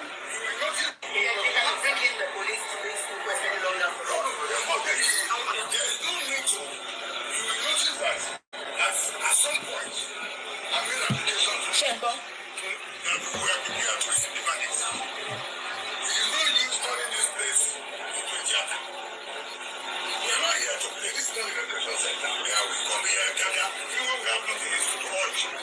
ṣé ń gbọ́ mi ṣá ẹ ń gbọ́. You can see clearly now. Now, the family has done everything possible to buy me. It was not easy to hire this psychologist. Exactly. That's fine. It's in millions. Stakeholders all over the world have been contributing to assist the family. Ṣẹ́gbọ́n nǹkan tí Sanchitu sọ. Sanchitu said it is not easy to hire that pathologist bó ti jẹ́ pé lórí burúkú Odùmọ̀ṣù ó pàpà lọ́gbẹ̀yìn bí ẹbọ jẹ́ Odùmọ̀ṣù olórí burúkú olóṣì apárí wèrè tí ò ní ìwé tó fẹ́ fún wa justice ọlọ́run àbá ti ẹ̀jẹ̀ ọlọ́run á kọ ẹ̀ ṣé wọ́n ti ìgbà tí mo sọ pàṣánà ọ̀dọ̀ lọ́ọ̀yà kan ló lọ níkẹjà tó ti lọ gba ṣọ́ọ̀bù àdúrà àti ṣọ́ọ̀bù ya ṣọ́ọ̀bù pápá lolo àti ṣọ́ọ̀bù ya Mohbad ṣé wọ́n ti pé wọ́n ní bọ̀dá yọ ní kí n sọ̀rọ̀ fún dọ́yẹn tí mo fún ẹ ní gbogbo àdírẹ́sì yẹn olórí burúkú ẹ̀ ṣọ̀pọ̀ṣẹ́kù ẹ̀ ó padà wá sọ pé kò sọ́fíìsì ńbẹ̀ yẹn Odùmọ̀ṣù olórí burúkú illegal immigrant abẹ́ ẹ̀gbọ́n mi gbogbo effort ẹ kó bàjẹ́ ni ọlọ́run á bá tiẹ̀ jẹ́ ni olórí burúkú òun nìkan ni lọ́ọ̀yà tí òdi ṣe ń bà tó ń lo fake profile lórí social media gbogbo lọ́ọ̀yà wọ́n máa lójú wọn ni because wọ́n wá customer olórí burúkú Odùmọ̀ṣù lọ́ọ̀yà tẹ́mù lọ́ọ̀yà tí òní ṣe ń bà ó máa lọ kiri ní gbogbo fake profile ẹ̀ tó tẹ̀ ṣe ń gbọ́ náà kí ni mo fẹ́ fàyọ Odùmọ̀ṣù said ó ní wọn ò sanwó ẹ jẹ́ ká gbọ́. I'm happy today that the authorities confirmed that he had been paid. God bless you, son. Sanchitu said, I'm happy today. But the pathologist confirmed he has been paid. Now, eléyìí wá lọ sórí olórí burúkú Kudrisky ó dàbí tọ́lẹ́tì ò tán fi fọ́n mú olóṣì ìtẹ̀wọ́ bí tí mo ti lè bẹ̀rẹ̀ pẹ̀lú ẹ̀ Kudi aláyé bàjẹ́ olórí burúkú ọmọ àlè ọmọ rádaràda olóṣì bẹ́ẹ̀ bá súnmọ́ ó máa ń kùsẹ́dà àti túrà ni wọ́n ní kí wèrè bàbá jẹ́gẹ́jẹ́gẹ́ tó gbé sílé kó tó bá sùn tí ò bá tí ì mú stout àtẹ̀yìn kò ń súnmọ́ bó tẹ̀yẹ́ pé òun ló ń gbẹ́ pọ̀ sínú òbò bà wọ́n ní wọ́n sọ pé wọ́n náwó jẹ olórí burúkú ẹ̀ ó sọ bó ṣe wá ju òbò wá fi ayé ẹ̀ búra tó ò bá ju òbò sí bàbá Mohbad olórí burúkú ṣọwọ́ bí ọwọ́ bọ̀ọ̀lì ààrẹ bàbá ẹja kọ́tẹ́nì gbòòlà ó máa ń kọ́tẹ́nì kan tó súnmọ́ ní bàbá yẹn máa mú gúdà ó máa jẹ ẹyin sísè bíi 8 àwa mú first out bíi 3 kó tó súnmọ́ ìwọ sọ pé bàbá Mohbad fún yàn lóyún ajẹ́pá burú ẹ̀ ló fún lóyún olórí burúkú eyín ìyá ẹ̀ dàbí eyín tèmi tẹ̀ sí da eyín ìyá ẹ̀ dàbí ṣọ́bẹ̀lì báyìí olórí burúkú ó gbé ìyá ẹ̀ súnmọ́ jẹ́jẹ́ ni bàbá jókòó tó ní bàbá Mohbad o ẹ jẹ́ kí ìyá mi máa jẹṣẹ́ yín bàbá jẹ́ ló wọ́n ń jẹṣẹ́ arúgbó tí bàbá jẹ̀bi ni ìwọ ló pé bàbá tó sọ pé ẹ jẹ́ kí ìyá mi máa jẹṣẹ́ yín bàbá Mohbad jẹ́ sọ pé òun ń jẹṣẹ́ arúgbó ó ní ìyá Mohbad lè gbó lójú lóòótọ́ ṣùgbọ́n ìyá Mohbad ó ń ṣarúgbó 50 ní ìyá Mohbad bọ́ síta kó sọ pé ó sọ bẹ́ẹ̀ olórí burúkú awáyé má ṣe rere ìwọ iná ló wá sórí social media sọ pé ọba ní o ọba ló pa o ẹ̀yin ọba èkó má dàrú lọ́la bó challenge ẹ voice tó níyẹn gbé síta ó ní ṣoríire tó bá bí ẹ̀dá tún lọ sẹ́kọ̀ọ́ tó bá bí ìyá ẹ̀dá tọ́lọ́pọ̀ ò bá gbé ẹ̀kọ́ débi kan wèrè tí olórí burúkú tí bàdá yọ̀ ń ṣe tẹ́lẹ̀ yẹn kiri kan ohun omi kan ti kọjá kan àbí kílẹ̀ sọ fún ìwọ sọ pé bàbá Mohbad fún yàn lóyún ìyá ẹ ló fún lóyún ṣé wá sọ síta ṣé torí mo ti fẹ́ bẹ́ẹ̀ fún bàbá Mohbad yẹn má bínú o kò sí nǹkan tí ìjọ tí bàbá lọ sílé yẹn ni olórí burúkú tí gbogbo èèyàn fún bàbá lówó tó fún wọn gbogbo iṣu àtẹ̀yìn olóṣì bàbá bẹ́yìn yẹn ti bàjẹ́ níbi iṣu ló kan ni kò yẹ bàbá sọ púpúpúpúpú olóṣì alákìsà at 51 kó má lè ra nǹkan original láyé ẹ gbogbo ẹ̀ pàǹtí ni tẹ́bá ibo láti bára wa ń bi tàwa iná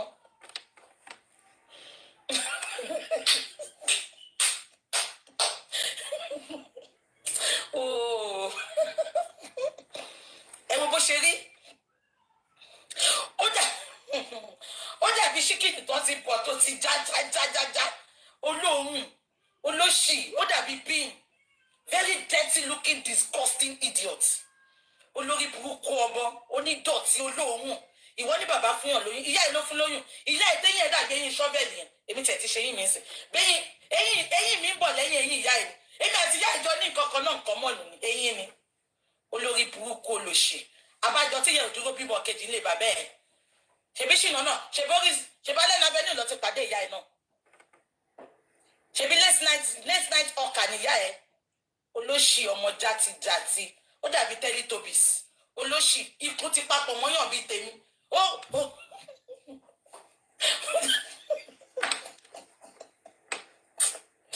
wèrè a máa tuntun fọkànfọkàn lórí íńtánẹ́ẹ̀tì ni olóṣì ara ń ta ṣé dandan ló fi ń jẹṣẹ́ ìyá ẹ ni bẹ́ẹ̀nu ìyá ẹ ṣe fẹ́ lóbo ìyá ẹ ṣe fẹ́ bí ẹnu ìyá ẹ ṣe fẹ́ lóbo ìyá ẹ ṣe fẹ́ olórí burúkú olóṣì onídọ̀tí wá sọ bó ṣe bí ìyá ẹ ṣe jòbó sí bàbá náà ṣé dandan ni bàbá lọ ní òní kí bàbá máa ẹ̀bù ìyá ẹ bàbá láwọn oúnjẹ ṣe arúgbó wọ́n lè jẹ́ kókó arúgbó bàbá láwọn oúnjẹ ṣe arúgbó kí ló dé ó ṣà ń bínú sí bàbá yẹn ó ń bínú sí bàbá yẹn ara máa ta ẹ pa ni olórí burúkú aṣẹ́wó skindus olóṣì ó dàbí ògbónayà at 51 ó dàbí 65 olórí burúkú ọmọ awáyé má ṣe rere mo ti ní mi ní táìmù ẹ mo ti ní mi bá ṣe ń ṣe ṣó báyìí máa ṣe máa fi ẹ pa olóṣì ó dàbí kùndí olórí burúkú kí ni bàbá yẹn ṣe fún ẹ ojú òun tì yín ni tó bá tẹ̀lé ẹran tó níwò ló máa kọ̀yàn pa ṣé bíi tìgbín ẹ skindus olóṣì gbogbo èèyàn ló ń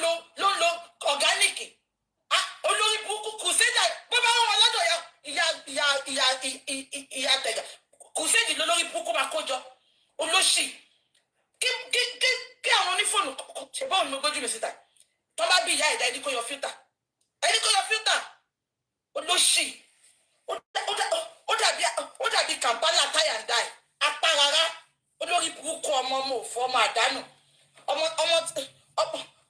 ọmọ tí ìyàwó dé tó bú ẹkún ṣé ìwọ ní kí bàbá bá gbà fún ìyá ẹ ni kẹsàn-án yẹ pé mi ló wá ń fèsì ìwọ ní bàbá fúnyàn lóyún bàbá kọ́lé sílùú ẹ̀ it's so disgusting ṣe bá àǹtí mọ́rin náà tiẹ̀ sọ àǹtí mọ́rin sọ ẹ bá wá fídíò àǹtí mọ́rin yẹn àǹtí mọ́rin náà ẹ bá wá fídíò ẹ̀jẹ̀ lọ́wọ́ àǹtí mọ́rin ká gbọ́ nǹkan tá àǹtí mọ́rin sọ mbẹ̀ àǹtí mọ́rin náà ti sọ̀rọ̀ ẹ̀ kó má dà pé búkì nìkan àbí abúkì ń parọ́ mọ́ ni ẹ ṣe bóun ní máa yí sọ yìí ó sọ pé mi àti bàbá la náwó jẹ ẹ lè imagine ojúmọ́sù ò ní kúre olórí burúkú olòṣì lọ́ọ̀yà ṣàjàmbé lọ́ọ̀yà illegal immigrant tí ò níwèé òun gbowó bàbá tún ṣiṣẹ́ sọ́jà kó máa ṣiṣẹ́ kò ní dá fún ẹ tó introduce ẹ sí bàbá ẹ tó introduce ẹ sáwọn bàbá Mohbad ni màmá gbé ṣe pé ìsinmi ni màá gbé wọn gbọ́ ṣe pé ìtorí mo sọ́njọ́ náà mo náà ní olórí burúkú yìí lọ́ọ̀yà Yorùbá nation ni kò lè gbé wa délẹ̀ lérí bọ́dá yọ burúkú yìí náà ló bọ́ta ń bẹ̀rẹ̀ sọ barista wọn wo òun àti Kúdí lọ́jọ́ lọ ẹ abẹ́ ẹ̀gbọ́n mi ó ní bàbá kọ́lé sílùú wọn ṣé ìyá ẹni kọ̀ǹtrátọ̀ àbàṣà ó dàbí àbàṣà ẹ máa wọn àbàṣà tó máa ń ṣe tí ò lépo ní ilẹ̀ Ìgbò yẹn bó ṣe rí nìyẹn yànmọ̀yànmọ̀ very devilish bastard olórí burúkú ọmọ òfò lọ́ọ̀yà tẹ́mù just because you are not getting your ways you can't control people you can't tabatiri discrepancies we are cutting you off we don't need you olórí burúkú ìwọ iná ló kọ́kọ́ bọ́ta ipò ń bú ọba Elégùṣì wọn ló bọ́ta ló bẹ̀rẹ̀ ọba ni o àtolórí burúkú spending olóṣì ìyẹn náà dákúdájí àmì tó ń parọ́ náà àwọn méjèèjì olè Kúdí olè tọ́dáwó GoFundMe tó ní kọ́ máa fóun 2.5 million bẹ́ẹ̀ olórí burúkú ọmọ òfò ọmọ àdánù olóṣì ó dàbí baby Shrek.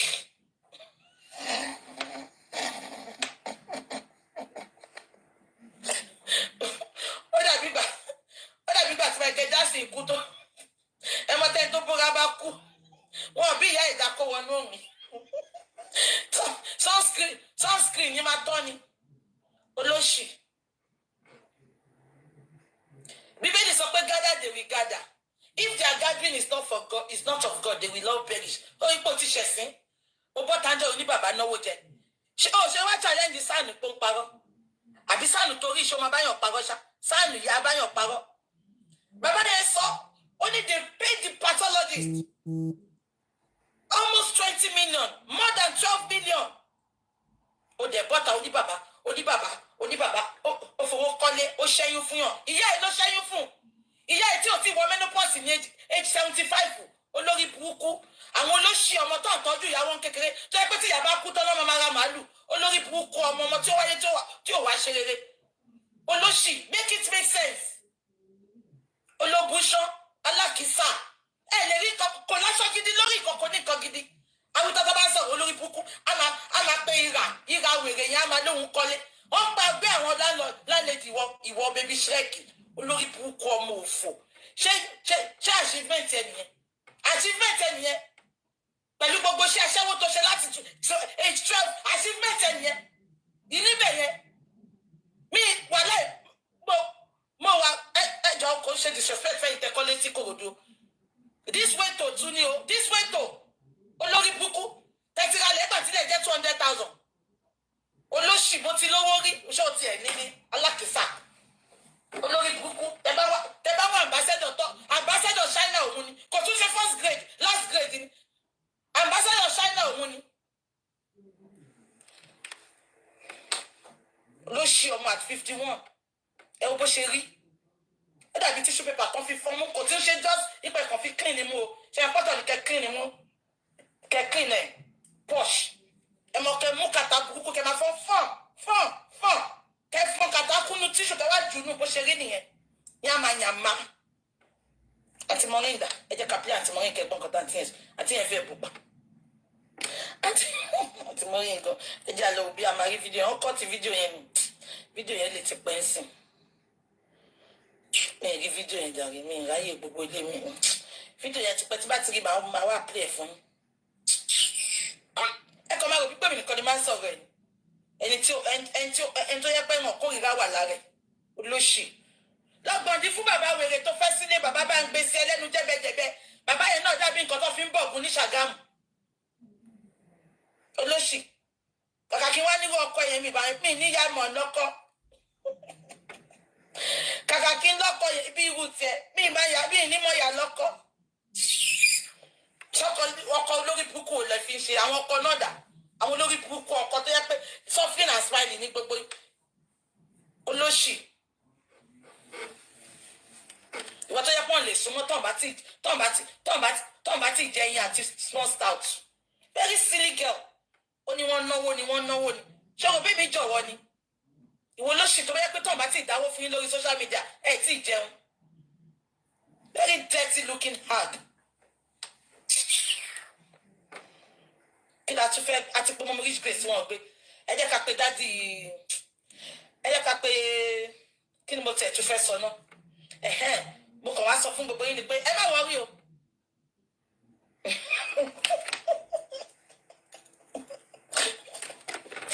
baby Shrek báwo ni baby Shrek gan ṣe rí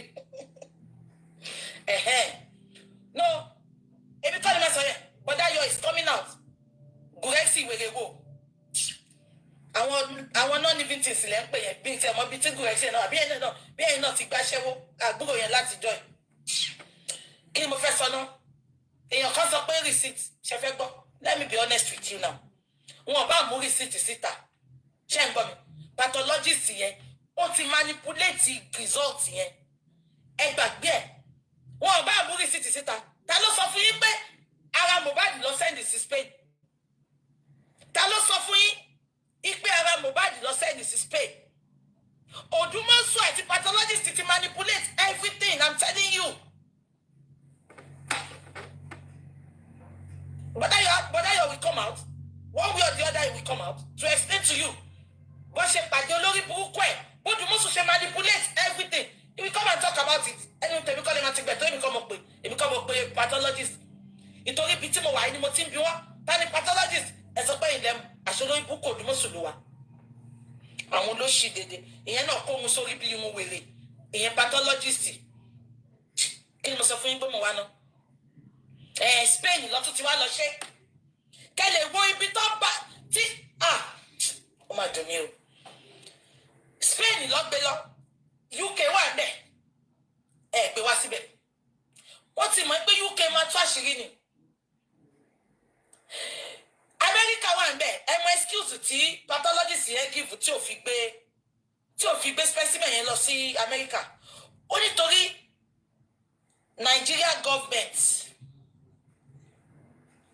ó nítorí wọ́n ti gbé autopsy ẹ̀ lọ sí Amẹ́ríkà ó lóun fẹ́ gbé lọ sí Amẹ́ríkà so bí Amẹ́ríkà ṣe tóbi tó yẹn ẹ mọ̀ nǹkan tí ò ṣe gbé lọ sí Amẹ́ríkà Odùmọ̀ṣù lórí kó má gbé lọ síbẹ̀ because lady tó bá wa confam pé ṣọ́n gbé nǹkan lọ síbẹ̀ ńgbà yẹn ẹ ti mọ big lady tó wà ní Amẹ́ríkà yẹn ṣe pé olú bá wa confam ńgbà yẹn pé Lagos state government wọn gbé nǹkan kan lọ sí Amẹ́ríkà ṣe rántí ó ti mọ̀ pé lady yẹn máa confam náà ṣe gbé lọ sí Amẹ́ríkà ẹ jẹ́ ká tún máa dúpẹ́ because olórí burúkú pathologist Odùmọ̀ṣù ti ní kó mú tíṣù yẹn pé tíṣù yẹn náà lọ máa fi ṣe DNA ẹ̀kọ́ ìpè tíṣù máa padà ní wá ní pápá ló ló ń kọ́ o Mohbad ló bí ṣùgbọ́n kò sí bọ́ ṣe lè bí ọmọ àlè sínú ilé tó bá dàgbà àwùwà ọmọ àlè nǹkan tẹ́mi mọ̀ nìyẹn ọ̀hún bá lẹ pápá ló lò mọ́ Mohbad lórí tó bá dàgbà àwùwà ọmọ àlè Yorùbá ló sọ́kò ṣe mí.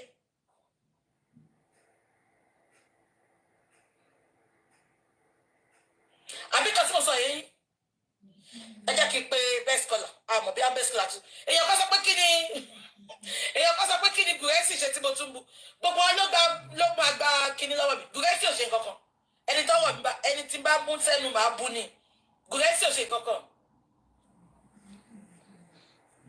mo ń bọ̀ ẹ jẹ́ ká pe best caller àmọ́ bí i best caller náà ti wà lọ́pṣọ̀ best caller ẹ jẹ́ ká pe best caller.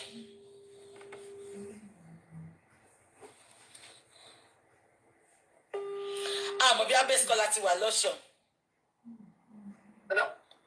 Hello, Daddy Shelley, so where can Sosa? 20 minutes. Okay. 20 minutes. I'll come back. Best scholar wà ní Oníkàpá wọn padà. We need to know how much they spent. Àdùfẹ́ Adégòròyè, Sean getting in on 16 million. Ẹ máa bí sínú ti bí mi jù. Wọ́n kó 16 million.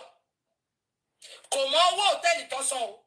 Mo sọ fún pé wọ́n tètè fún ní balance sẹ́ olórí burúkú pathologist. Òdùmọ̀sù ló ń pè kiri.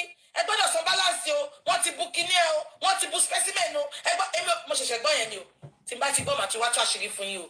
Gbogbo ẹ̀ mo ṣẹ̀ṣẹ̀ ń gbọ́ ní ìgbà tọ́tọ́ ti jáde. Part payment lọ́sàn. Fún pathologist. Òdùmọ̀sù bẹ̀rẹ̀ sí ní pè ní. You have to pay everything. Olórí burúkú tó sọ pé òun náà là mọ̀. Mi ìmọ̀ ẹni tó introduce Òdùmọ̀sù sí Bọ̀dá Ayọ̀. Àbúrò bàbá. Ẹni yẹn gangan. Òun lèmi fẹ́ mọ̀. Tí n bá mọ ẹni yẹn.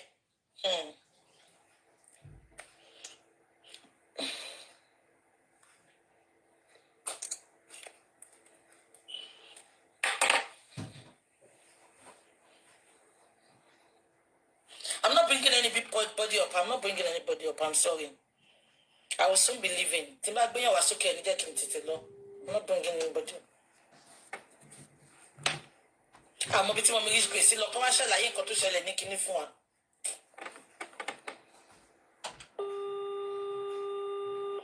Olórí burúkú Òdùmọ̀sù. Àmọ́ bí ogun ló ń lò ní bí Bọ̀dá Ayọ̀ náà dẹ̀ mọ̀ pa ètò ìkò tí ẹ̀yẹ mi. Ẹ wo bàtà ń gbà náà. Wọ́n ní 150 lọ́wọ́ máa sọ fún. Ìgbà tá a máa rówó tán sọ fún 4.5, 5.5.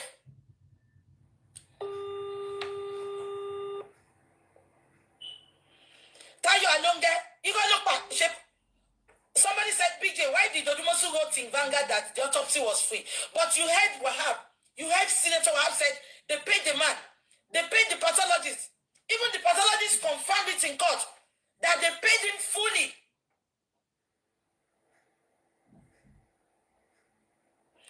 I said, what about I know kidding me? They paid him fully. Do you know what? Òdùmọ̀sù is olórí burúkú Òdùmọ̀sù.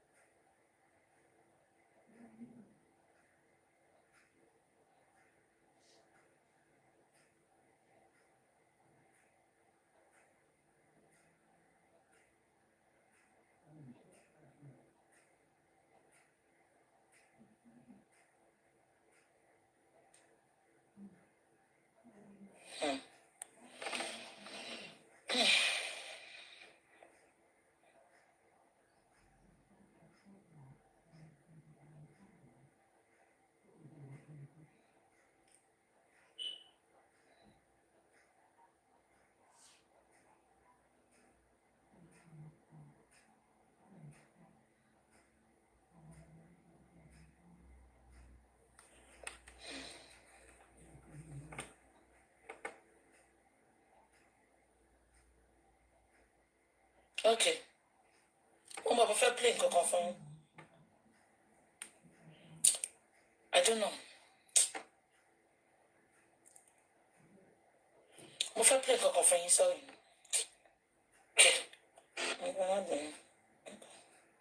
Ẹ jẹ́ ká play nǹkan tí bàbá yìí ti sọ. Is that so? Is that the application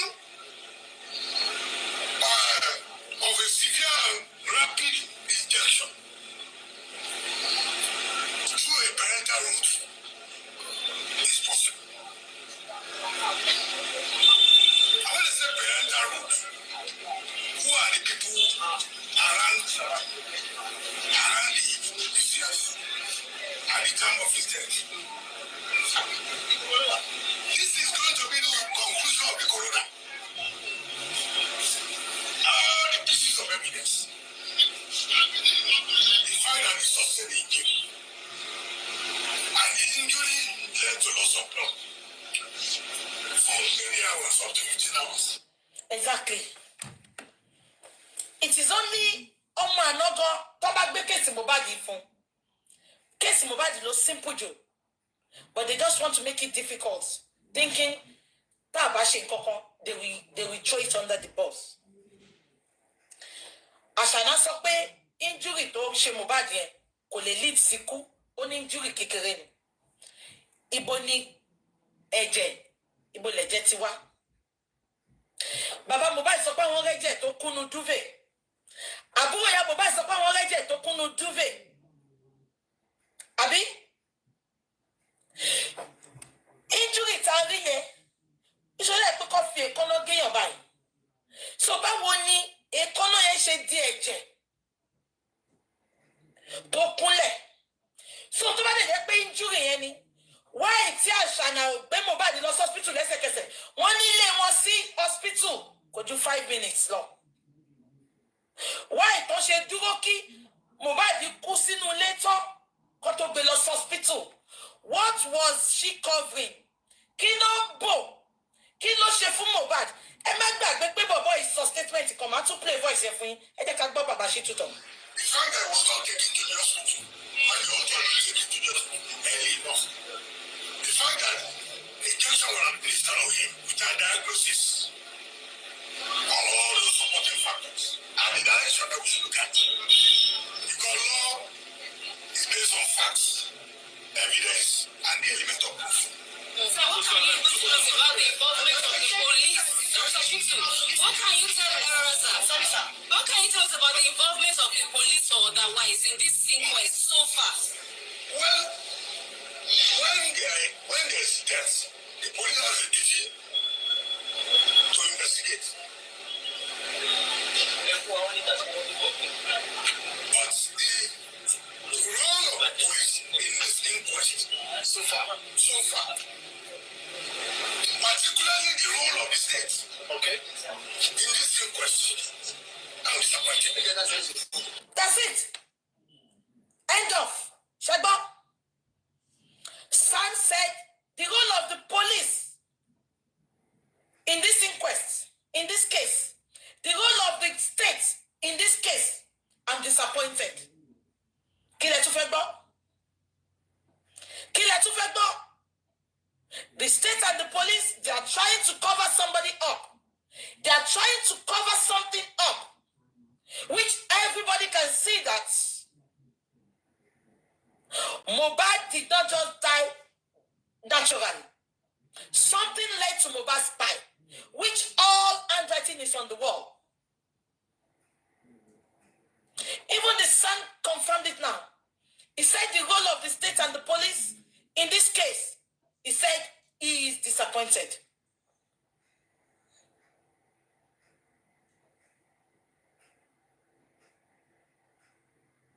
And the injury, the injury is not even new. It is not new. What that injury now, when he fist in Mohbad feedback glass, if bilateral injury, this is not fist. Fist is being fist. So why do you have bilateral injury? Ashana, make it make sense. Ashana, oh well, more. I will continue to tell you, Ashana. You are not innocent. You are guilty of Mohbad's death. You are guilty. You are guilty. You are the number one suspect.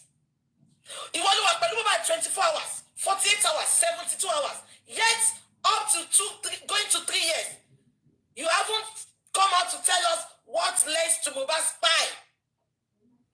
And you are out there jumping around and gallivanting.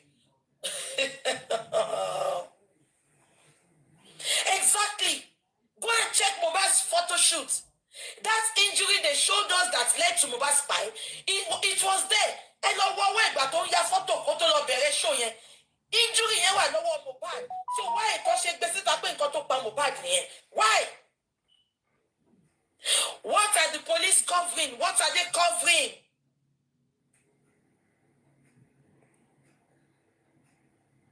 Why are they not giving Mohbad justice?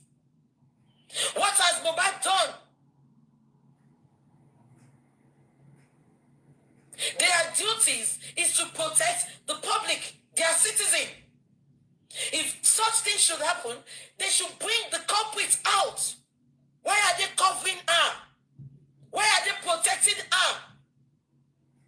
Look at murderers walking on the streets of Lagos. Nobody is saying anything. And at the end of the day, take your trophy. They gave her a trophy for buying Mohbad. Is that not a way of saying thank you? Abu Ebel said in his interview with Ashana, ó sọ pé ó ti sọ ẹni tó ní ọmọ fún mi. Why tí Abu Ebel sọ pé ó ti sọ ẹni tó ní ọmọ fún mi is tó bá jẹ́ pé Mohbad ló lọ́mọ is a títí is a títí Abu Ebel bá sọ́njọ́ yẹn pé Mohbad ló lọ́mọ yẹn ẹ má jẹ́ ká lọ síbẹ̀ Mohbad ló ní but Abu Ebel said ó ti sọ ẹni tó ní ọmọ fún mi. Let me tell you, majority of those musicians, they know what happened. They knew what transpired. In Kotumo should take several seats there. They knew what happened. Abiko she gbogbo won lo bota ni a week after tí Mohbad kú tán ló ṣe candlelight. Why are they all keeping quiet now? Why are they not talking? Why are they castigating Mohbad's dad, the only man that is seeking for justice? Why are they cursing that man? Why are they lying on that man?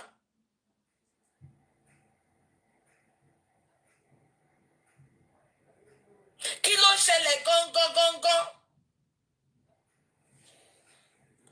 Umbo. Ente yìí máa sọkún. Àbí Bíkọ́lá. Ẹ wá omi lójú ẹ̀ níbi. Mo pàlù fún gbogbo yín. Èmi ò sọ̀rọ̀ títí nǹkan bá ṣẹlẹ̀. Mi ti fẹ́ sọ̀rọ̀. Ẹ má wọrí.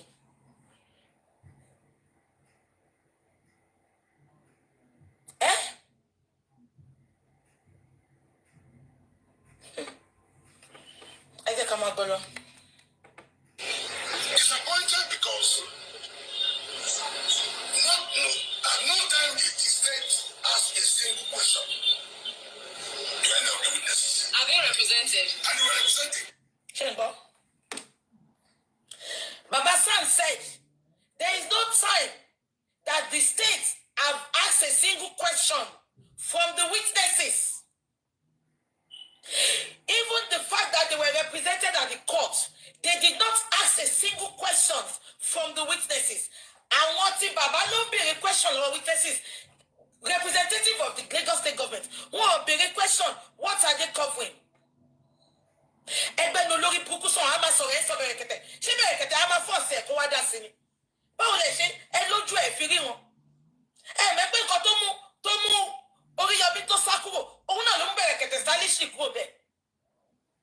Bẹ̀rẹ̀kẹ̀tẹ̀ sọ pé tó bá ti ṣe, òun máa bá wọn ṣe pathology, wọ́n lọ bá Bẹ̀rẹ̀kẹ̀tẹ̀ kò dáhùn, kí lè fẹ́ kán ṣe? Á dè máa sọ̀rọ̀ ẹ máa dárúkọ àwọn èèyàn. Bẹ̀rẹ̀kẹ̀tẹ̀ really want to support but ìjọba náà ní gbogbo wọn. Many people are not interested, I'm telling you. Kò síbi tí bàbá yẹn ò tí ì dé. Ó ti ń bá wọn wájú. Mi sọ pé lórí búkú Àṣànà o. But Ọlọ́run máa tú àṣírí gbogbo wọn. Ọlọ́run máa tú àṣírí gbogbo wọn. Ìtorí ẹ̀ ló ṣe máa ń dùn mí tó bá tún ṣépè tó ń bú bàbá yẹn. Because he's the only man standing. He's the only one that truly wants justice for that boy. Òun nìkan ló wá justice fọ́mọ ẹ̀. Genuinely. Mo lórí burúkú kan aláyébàjẹ́ kan náà. Tó sọ pé tó wọ́n ti fi pápá lolo ṣe ring bearer. Àwọn tó yẹ pé wọ́n mọ nǹkan tó ń ṣe. Ó ní tó wọ́n fi pápá lolo ṣe ring bearer. Ìpọ́jú ti bàbá. Ṣé lórí burúkú làwọn èèyàn ni? Ó tiẹ̀ máa ń dùn mí tó yẹ pé ọ̀rọ̀ òmùkọ̀ ẹnu àwọn àgbàlagbà láti máa ń gbọ́.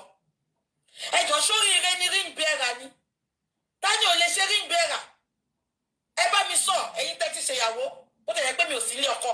Ṣé oríire ni ring bearer ni? Tí wèrè kan wá jáde tó ní ojú ti bàbá Mohbad o, ọmọ ẹ̀ tí ń ṣoríire o, wọ́n fi ṣe ring bearer. Ṣé ó jẹ́ ring bearer Ọ̀tẹ́dọ́lá? Ṣé ó jẹ́ ring bearer DJ Kupin?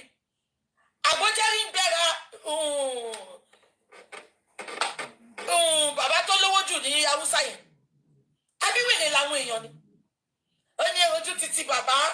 Wọ́n ti fi Papa Lolo ṣe ring bearer. Àbí wèrè ni. Ṣó jẹ́ ring bearer king of England ni.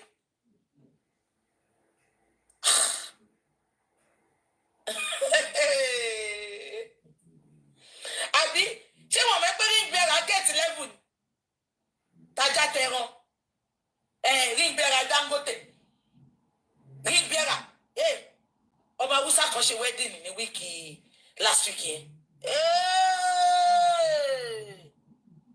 Àwọn èèyàn ló wà bẹ́ẹ̀ kò ń ṣèrò. Àwọn èèyàn. Àwọn èèyàn kò ń ṣèrò. Kámẹ́rì ń bẹ̀rẹ̀ àyẹn nìyẹn lọ ṣe é sìn. Wọ́n wá ń ṣe rí. Àníṣe ló ń bú bàbá. Wọ́n ní Papa Lolo tí ń ṣoríire lójú bàbá Mohbad ń sìn. Wọ́n á fi bàbá ṣe yẹ̀yẹ́. Wọ́n náà fi tí ò bá ń ṣe pẹ́pẹ́ dẹ̀m lọ ṣe. Farida ṣe pẹ́pẹ́ dẹ̀m wedding níjọ́sí. Kò póṣù mẹ́fà. Olúwẹ̀rí third mainland.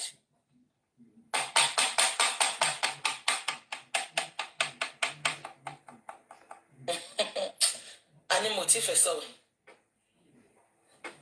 Ẹ jẹ́ ká máa sọ̀rọ̀ lọ. Ṣẹ́gbọ́n nǹkan tí bàbá yẹn sọ. Ẹ jẹ́ ká máa gbọ́ lọ. And the impression is that the person given here, the steps, doesn't appear to have sufficient interest. I mean, on side about what's going on here.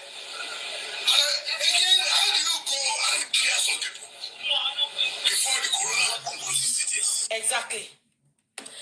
You went to clear some people. Why the coroner is still on? Make it make sense. Why will you go and clear Dairamali, Sam Larry, and others? Get to continue, Sasha. Let's continue. One more cotton, she said. Lagos State government, more cotton, she. Those are areas of concern. But generally, the fact that the state has set up this inquest is something commendable. So we're able to look at it. I hope that all the windows will be open. None of the windows will be shut for discovering the deaths because of death of birth. I'm going to cause a sir. She's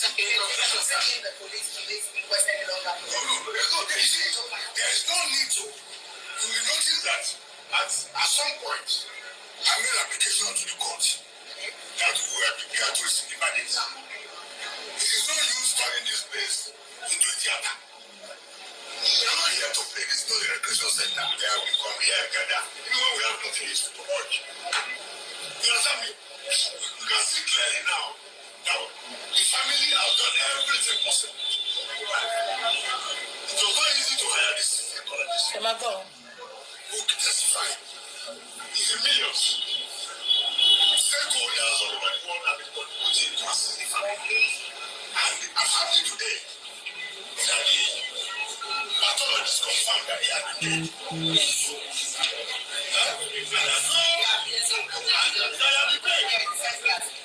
Fully. And I happen to know that he wasn't paid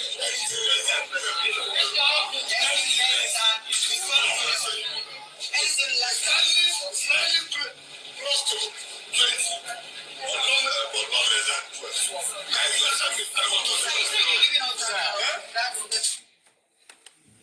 Odumigo. It is really unfortunate. Odumigo.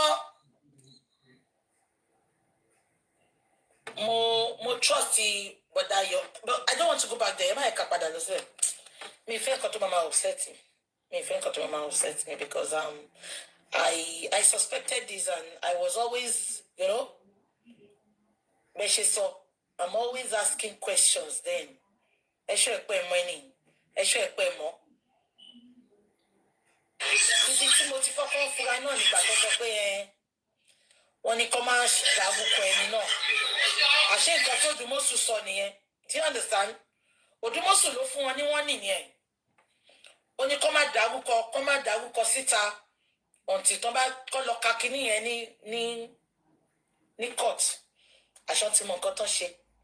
But according to San ti sọ pé ká má wo body àwọn 15 tó wà nílé yẹn. Those are the people that mo ti pé mọ́ wọn age grace wọn gbé phone ẹ jẹ́ ká tún pé best caller tí best caller náà bá gbé phone.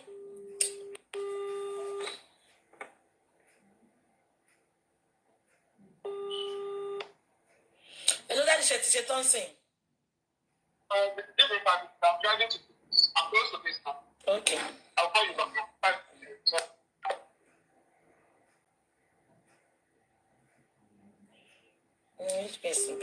Ejo, when is the next corona? I think this corona or the next one is gonna be the last one. I think because Otigada and Kotofegada, I think they are going to the high court now. Yeah, they are going to. If I want up the next corona, okay, June. No dates now. That was up June. Ejo, no dates. I suspect Spain. So what?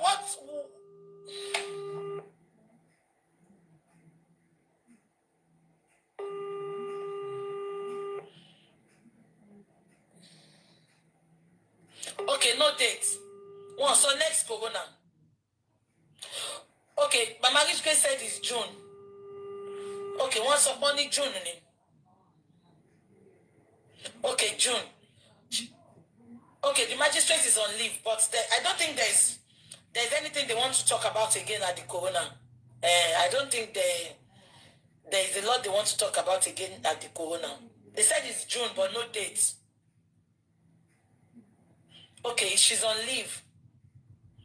Come on, because gbogbo nǹkan tó fẹ́ ṣe náà ló ti jáde, àbí?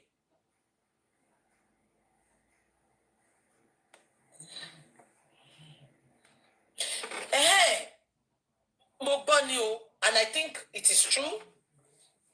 Wọ́n ní Alhaji Wasiu, wọ́n not sick. Wọ́n sick there. Sickness ẹ̀ dẹ̀ pọ̀ there. Because he was supposed to sing. The DNA, don't worry. I will tell you whatever is happening. But one thing she sing. Yeah. One thing she sing. Just wait, please. And calm down. Because olórí burúkú pathologist here, lójúmọ́ sọ pé ó máa ṣe tẹ́lẹ̀. Ó ti bu specimen wèrè. Specimen olórí burúkú ẹ̀ tó ní. Specimen bàbá ọmọ tó lọ bù tó sọ pé wọ́n bu specimen Mohbad. Òun lọ ti tọ́jú pọ́n fẹ́ lò. But we are not using that again now. So we have to find another kidney.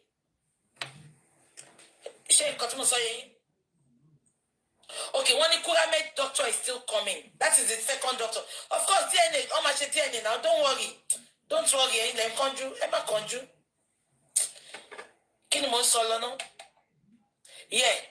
Olórí burúkú pathologist, yes. Òun ló sọ pé ó máa ṣe DNA tẹ́lẹ̀. So òun kọ́ ló máa ṣe mọ́ sí, so we have to start again.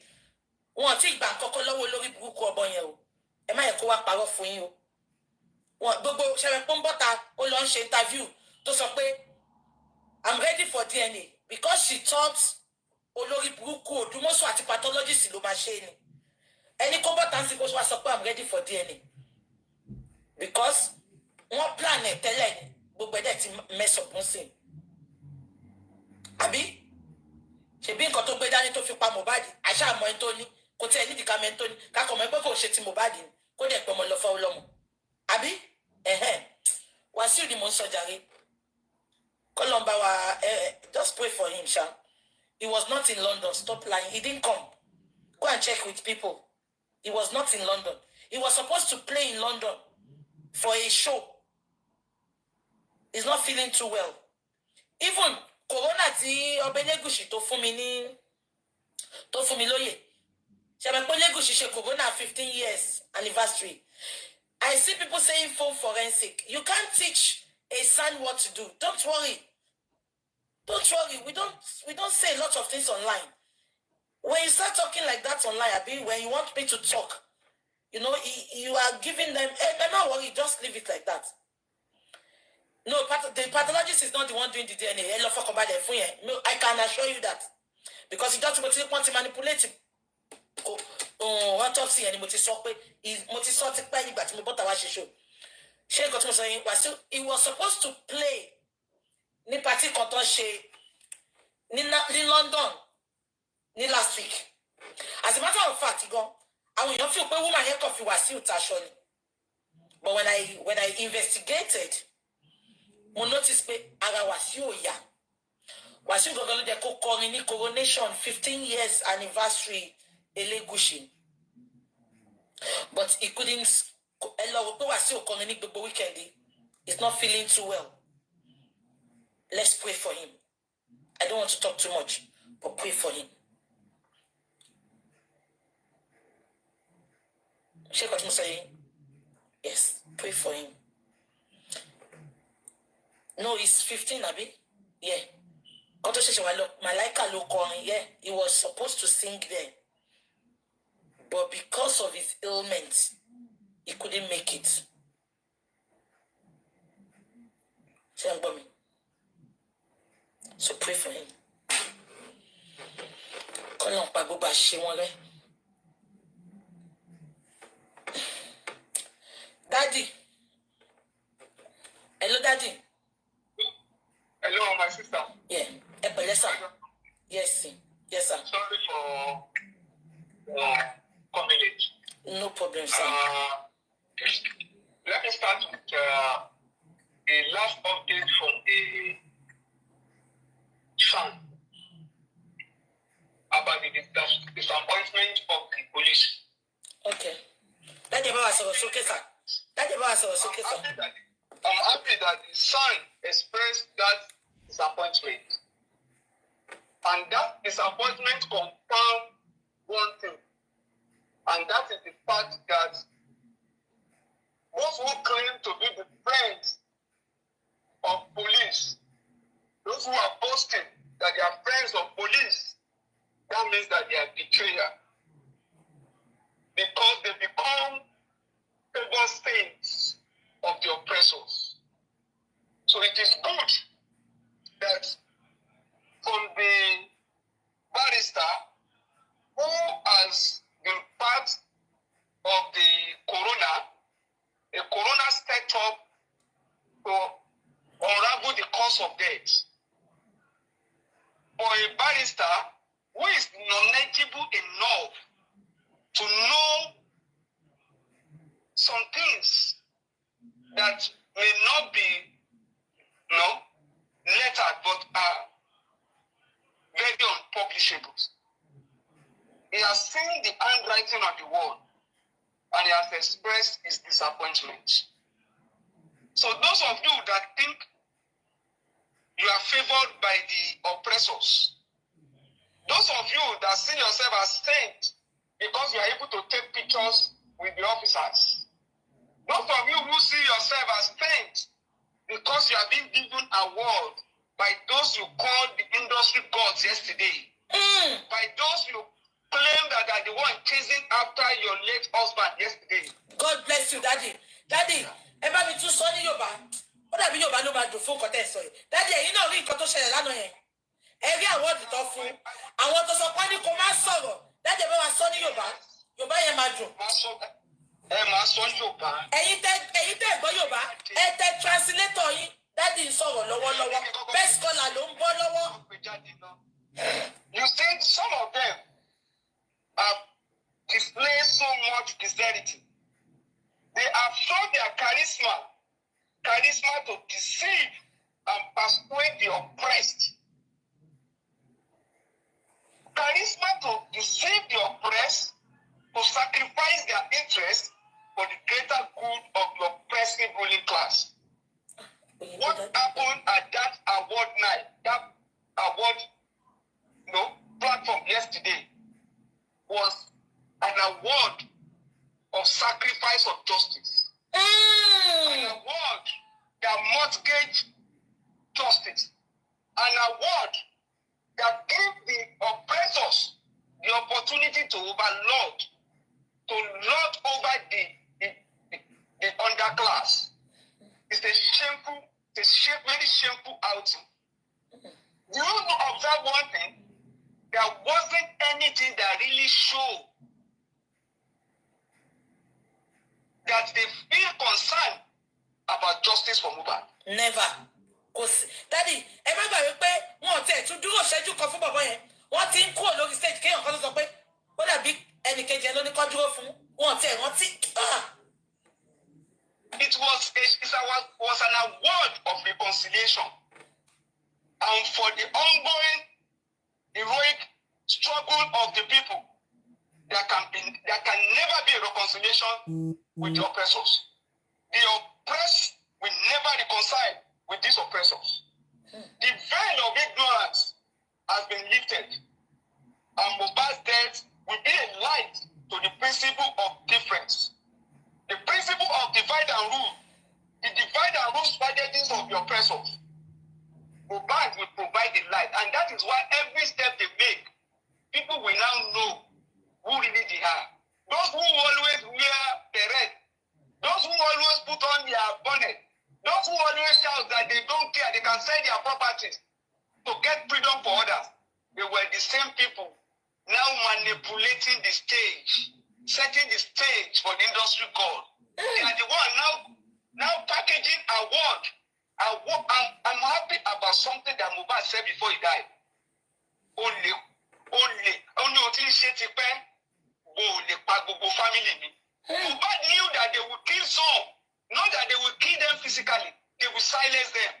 That they have a price, that he knew in the family some will compromise. But he knew that there will be somebody, that will be that person that will be standing for him, and that is Aloba. So the promulgator of the whole family, including Aloba, knows about what by Mohbad. Did you see Aloba on stage yesterday? Is it not the same Aloba they are mocking? What is Aloba in their word? Their word of sacrifice of truth. Their word of not giving the truth. Did you see Aloba on stage yesterday? Mohbad did this so. Only Pagbo family me.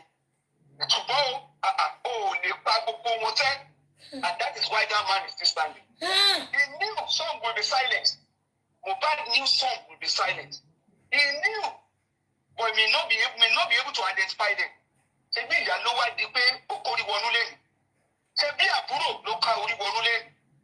But somebody is still standing for Mohbad. Think of it on what? Talkingism. They said they will give him fame. It's only God that gives him fame. Daddy, I just kí sáré sọ nǹkan tó ṣe ẹnìkan ti gbé sẹ́mi létí.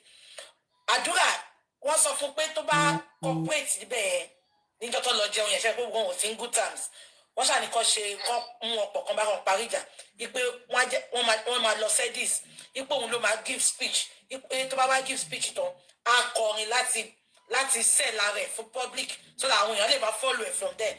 But ìgbà tán dórí stage, àṣàná turn table yẹn mọ́ wọn lọ́wọ́. Ó tún use wọn, ó tún dump wọn. Bó ṣe máa lò wọ́n nìyẹn. Bó ṣe máa change ẹ̀ náà fún wọn lọ́wọ́ nìyẹn. Bó ṣe máa ṣẹlẹ̀ sí wọn nìyẹn. Àwọn tí wọ́n dáhùn, even the manipulators that they sent to us, tó dùn wọn ò máa bó. Those who lied to us that there is a warrant of arrest on me. And they don't let me show. After yesterday, I work night. So if you attack the police, that you lied to us that there is a warrant of arrest, but the same lady went to receive an award. So I want to believe one can look Dani. Update. And then any warrant of arrest, the one who lay. People there is stage land to award you. People there is stage that was smiling and was reading a prepared speech to deceive the gullibles. Can the show of shame tell Wolano? Can award not be sacrificed to you to talk? Award is not be mortgage people to a momo. Award is not showing and to be about very clearly the divide and root tactics of the ruling class, where they will pretend and plan some people in our midst to be the face of the oppressed, whereas they are the tool in the hand of the oppressors to manipulate the real oppressed. Tebon Yelano, Tewon Man Papo, Tetuan Bansin, Conafin, and one bay, Tetuan Bansin, and Conal access at the governor, some of Conal access at the shake hand with the commissioner. And you think these people who go in and out of the lion's den, you think they are one of us? I don't think how people cannot think outside the box. It is so sad At this stage, these people are slapping us, and they are continuing to see you every day with lies, coming to even use your strength, coming to waste your time. Every day, you know, oríṣiríṣi ló ń gbé wá. Àwọn tán náà wọ́n ṣe ìkọ̀wọ́ pẹ̀lú kọmíṣánná, tán ní warrant of arrest wà lórí Wummi, tán lọ bọ́dà, tán lọ sí gbé ẹni. Olórí burúkú mà ní wèrè yẹn. Nobody can move. Olóhùn onídọ̀tí yẹn. And one idiot, Fufu Auchi, Kudiriski, was lying openly. What baron here? What's the going here? We don't have your time, honestly speaking. And two, I'm only to they stand for nothing in life. They never do well. Nothing. When you're on principal element, he wrote it by year. Ìyẹn kú di olórí burúkú yẹn sà, àbí? 85,000. Penny. 85,000. 55,000. Today, any BP lórí ọ̀rọ̀ spending. When we are even seeking justice. Don't pariwo. Over the account for over the second is a key witness that is ready to give us more information about what happened. Maybe 25,000 only BP to rubbish. You now think somebody like us will go and exploit Baba Aloba, and to dúró kó n fẹ́ exploit Aloba, either by money or by using his name or by using the name of his children. It will not end well with them. Àmì Jésù. It's not about death. Oh. Death is not a punishment. Oh. Death is a transition. Oh. Bẹ́ẹ̀ni. Death is never the end. Oh. But when we say it will not end, ìbànújẹ́ tó máa wọnú ayé wọn, ó máa ràn àtọmọdọ́mọ wọn. Àmì Jésù. Tí wọ́n ń ṣe is so bad. It's so bad. Look at what they are doing now. And I like the brilliant submission of the barrister. The son has given us key as to what happened. The unreconcilable statement of the witnesses in the house. That is one. Two, the thought that there is possibility. Not even that possibility alone. Other husbands have come to support the fact that something happened, and the time of death they gave us is not the actual time of death. The driver has also come to make statement to confirm something that we have all been thinking of before now. Something we all thought happened in the house. And apart from that, we are now hearing that something that the nurse that we all know claimed to go and buy to reduce the effect of the allergy is now found in the body of Mohbad. Which point are the second nose? So if there is any chemical that was injected into the body of Mohbad, on which they are now pouring water, turn down lórí, torí wípé wọ́n ti inject clinical salara. Not that they must have done one Tuesday. That means that there is a second nose. There is a second nose. I'm happy that the wife has also pointed at that. Only fact there was another nose. Yeah, also como bato jábọ́ lẹ́nu ẹ̀. Òun gangan confirm only there was another nose. Another nose. Màá lọ wá fídíò yẹn. Another nose. Yes, that another nurse must come and tell us his own room that slept over the night. We must hear, and people that are saying, oh, this is the way out of it. The lawyer that is handling the case knows what he's doing. And I'm happy. This our movement, we have faced a lot of challenges. We have been tested. But one thing still keep us going, the truth in us. Yeah, misunderstanding between us.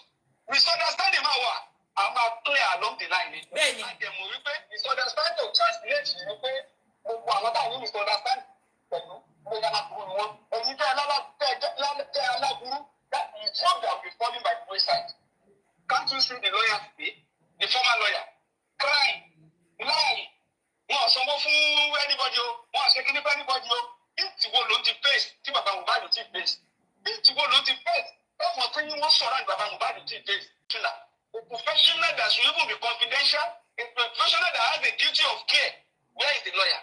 Is because there is a price not to compromise in it. And that is why they are all desperate. And that is why they want to now raise dust and use Baba Mohbad image. Nígbà tẹ́ ẹ lo image ọmọ ẹ̀ nígbà tó wà láyé. Ó tún kú tán, image ọmọ ẹ̀ ló tún feed yín. Òkú Mohbad lẹ tún fi ń gba commission. Òkú Mohbad lẹ tún fi lọ ń parọ́. Òkú jáde, ó ní they want to arrest me o. They want to arrest me o. Onílé tí ò nílé. Arrest ilé ẹ̀. Níbo ni wèrè ń gbé? Wèrè tó pọ̀ níbẹ̀ bí ayé tó ń gbé kiri. They want to arrest me o. Ta ló fẹ́ arrest wèrè? Ta ló ní táìmù wèrè? Ta ló ń dé kiri?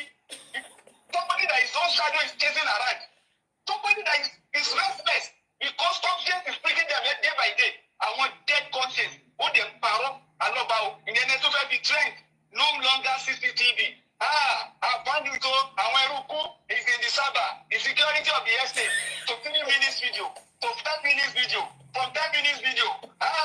It's my bow, Sony, the several charges for that. For several charges, and Tura no one stage and Tono Matadura, they now start that. The brilliant officers at Panti, they are doing wonderfully well. All of us will be on the same page now. Yeah, Mohbad is beautiful. Update. You will update midday. But that is so funny. Eléyìí tẹ́ bá jà àjẹmọ́nú ni. Eléyìí tẹ́ bá fi da wọn láàmú ẹ̀ ní kúre. Àmì Jésù. Eléyìí tẹ́ bá fi da lọ́ba láàmú kò ní mọ́ yín lọ́wọ́. Eléyìí tẹ́ bá fi da lọ́ba láàmú. Dádì, ẹ ti gbàgbé ìgbà tó sọ, dádì, bàbá Kóredé ẹ ti gbàgbé ìgbà tó sọ pé òun ra iPhone àti Samsung fọlọ́pàá tó fẹ́ fi ṣe phone forensic. Dádì ẹ bá wa tàn mọ́lẹ̀ sí yẹn sà. Only the forensic is already ongoing. The forensic is already ongoing. And I now expect them to be the one giving us update. And some days ago, when is that forensic today? And you claim to be friends of the police. Every update, we have people challenge you. Anything that is uncovered at Coroner inquest, if you think they are good enough as evidence, take them to your friends as police. And I'm happy on your platform. You are the one analyzing what is happening at the inquest now. Saying that there are evidences at the inquest. Why can't you follow that lead with your friend in the police? Why can't you take that lead there? The driver has spoken, nobody has been arrested. And friend of the police. The doctors at the hospital, one of them has spoken, Osido, nobody has still been arrested. So what is the essence of your relationship? Of you telling us that you have the best officers that you are relating with at the Kenya? Where is that? Dájú olórí burúkú ni ó kàn fi ń gbawó lọ́wọ́ àwọn illiterate tó tẹ̀lé wọn ni. Now they are telling us they want to go under. People should make donation. They will not be working under. They will go and get the diaspora lawyer. They will get the international lawyer. They will get United Nations lawyer. They will get no. I was still best NGO. I'm olórí burúkú tó ń kó àwọn jọ. Tẹ́ fẹ́ fi òkú Mohbad. Tẹ́ fẹ́ fi da ìlú láàmú. Ilé yín ayé yín ò ní tòrò. Àmì Jésù. Tó bá jẹ́ wípé òtítọ́ lẹ̀ ń ṣe. Gbogbo ẹ̀yin tẹ́ dúró tẹ́ ní alábàá òní ní justice. Bẹ́ẹ̀ ṣe máa bá tẹ́ bá lo òkè ẹ̀ wá. In fact, you are going up. Ọlọ́nkọ̀ fẹ́ kẹ́ taste one or two things ni. Ìwé ìfẹ́ ṣe máa jábọ́, ó máa shock ni. Àmì Jésù. All these things that you are doing now, you think it's a measure of success? God is just wants you to take some step up so that you will feel what Mohbad has spent. You will feel ìgbà tẹ́ bá máa jábọ́, ẹ máa jábọ́ ìrírí kọ́ bá tọmọtọmọ. Àmì Jésù. Dádì, ìgbà tí Mohbad wà láyé gan, àwọ́ọ̀dì tí wọ́n fún ìgbà tó wà láyé, kí lè tán fún sìn, dádì ẹ bá wa tàn mọ́lẹ̀ sí. That's why I said that award is an award to sacrifice the truth. It's an award to say, well done. Because they are always together. Forget that it's starting industry God. I told you from day one, who are the PR experts?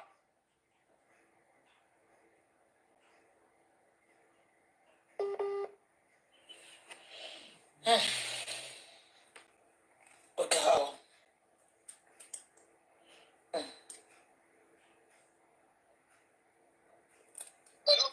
Hello, Daddy. Phone yẹn cut. Ṣé lè bẹ̀rẹ̀ láti bẹ̀rẹ̀ answer award yẹn lọ nísà? Yes, the PR expert from day one. I told you look at what happened from Monday in when they announced to the whole world that and even 12 hours after, you will see professionals that were deployed.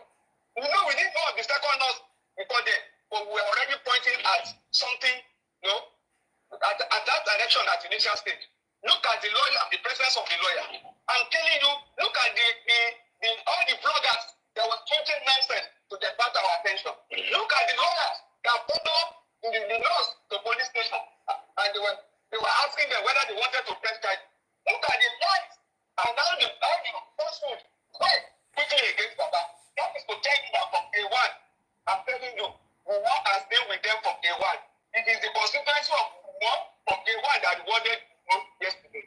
It is the constituency of Wummi from day one that saw Mohbad as the son of ordinary carpenter that can be silenced, that can be cheated. They believe that the family just like any family. Daddy mi mọ̀ bí ẹ rí picture bàbá jẹ́gẹ́jẹ́gẹ́ kan ex Ìyábọ̀ Òjó ó gbé sọ́run báyìí ni lára àwọn organizer edies yẹn ó gbé kíní ẹ̀ sọ́run báyìí ni Only, That's why, I use the word constituency. And tó bá lójú inú, àmọ́ nǹkan tó ń lọ. Àwọn tó bá ní ojú inú, àmọ́ nǹkan tó ń lọ. Wọ́n láwọn kan gbé Mohbad lọ London. Kí ni ìmọ̀ kó ṣẹlẹ̀ bẹ́ẹ̀? Wọ́n lọ fún kọrin fún àwọn kan láti ìgbà kan tí wọ́n fi lórí kọ́kẹ́.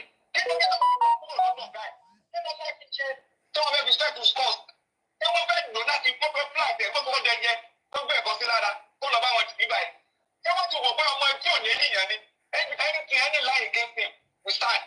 Anything they say against him, we stand. Wọ́n bí ní pété ló lè jà. Àwọn mẹ̀kúrò lànà mi ń ṣe orí ògùn wọn àti pútọ̀ wọn lọ́ fi ń trade. And those who still gather and praise them and think that they are doing something spectacular, I pity them. Mohbad ló kọ́ lẹ́nu, we don't know who is next. This tactics, this exploitation, this idea of same people who have the same blood running in them as in different. That's why I told you the different people. This idea of same people who are underclass as black woman is unfair. That is not justice. That is also sad that these are the same people who will come in the forefront of justice. If I depend on Thomas Barrow, I want to get away now, I want to appoint you, they want justice. So the people are supposed to shout in the name of government. The same government that push them out to come and manipulate the public. The same government that always bring them out so that they will be the face of the government and also the face of the opposition. It is a lie. When you see them come, and that is why Baba Kone didn't want to hijack. They want to be the face of the opposition. The man is them. It belongs to that constituency. That is why you can easily go in and out. That is why when they gather in the police commissioner's office, they were being told that before the secretary came, they were telling you that secretary working before he came. He came 2 days before you got there. Daddy, boy, going daddy. Hello, daddy. Can you hear me now? Can you hear me now? I'm going, sister. The same people who are not even read the body language. You go to commissioner of police office, and commissioner of police was telling you that a few days before you came, that secretary was in the same office. So you did not get the message. And they were telling you openly, can't you use your head? Can't you know that the name of Baba Kone is just planted as the face of the opposition that is working for the same people? Are people so daft not to know what is going on? These people look like somebody, now his life that is going under, and his life is being threatened. The same person that told us that part of the money he got is for him to get people who will be protecting him. He said he has police escort. He has the United Nations monitoring everything. So he's telling you that he want to be assassinated and it's going on. Very dirty guy. Yes. It is just to wind down you know what they wanted to do with that meeting with the commissioner of police. If Baba had attended that meeting, that would have been the end of it. Baba would have been made to sign undertakings there that police will do their best and that there shouldn't be any agitation again. The same thing they wanted to do when they said Baba was summoned at Sotu. It's the same thing. And he said everybody has to be on the same page. And if Baba, anyone that fails to comply, something will happen. Threatening Baba. When Baba got there, what happened? Just because people who mean well, sincere seekers of justice, stood up and said Baba should go there. And Baba should go and ask about what by his son. Nobody should intimidate him. Nobody can silence us. We want to know what caused the death of Mohbad. And if you understand, if you organize 10 awards, go award, can have solo jojumo. Hey, you need to be known. I mean, just so. I can tell you, I won't go feel them, but people around they are still afraid because they know what they have done. And you have modern sleep and you cannot sleep. You can't sleep again. Hey, you don't Ami. That is just. Daddy, mo ti sọ, mo ní kò sí bó ṣe lè package everything. Come and gbé fídíò ara wọn wá sórí íńtánẹ́ẹ̀tì lójoojúmọ́. We know the truth. And bó pẹ́ bóyá bẹ ṣe sọ daddy, Ọlọ́run máa ń gbéyàn sókè ńgbà míì láti ṣan wálẹ̀, láti disgrace díẹ̀. Ibi la wà náà. Gbogbo bí dáyé pariwo, wọn bá láwọn pa 350 million, ká láwọn pa 5 billion. Èèyàn tán rẹ̀ bí ìyá àbèjì. Èèyàn tán rẹ̀ bí ìyá Jímọ̀. A máa rí inú wọn ò lè dùn, inú Kúdí ò ṣe dùn. Kúdí owó tó ń sá fowó. Daddy ní Kúdí owó tó ń sá fowó.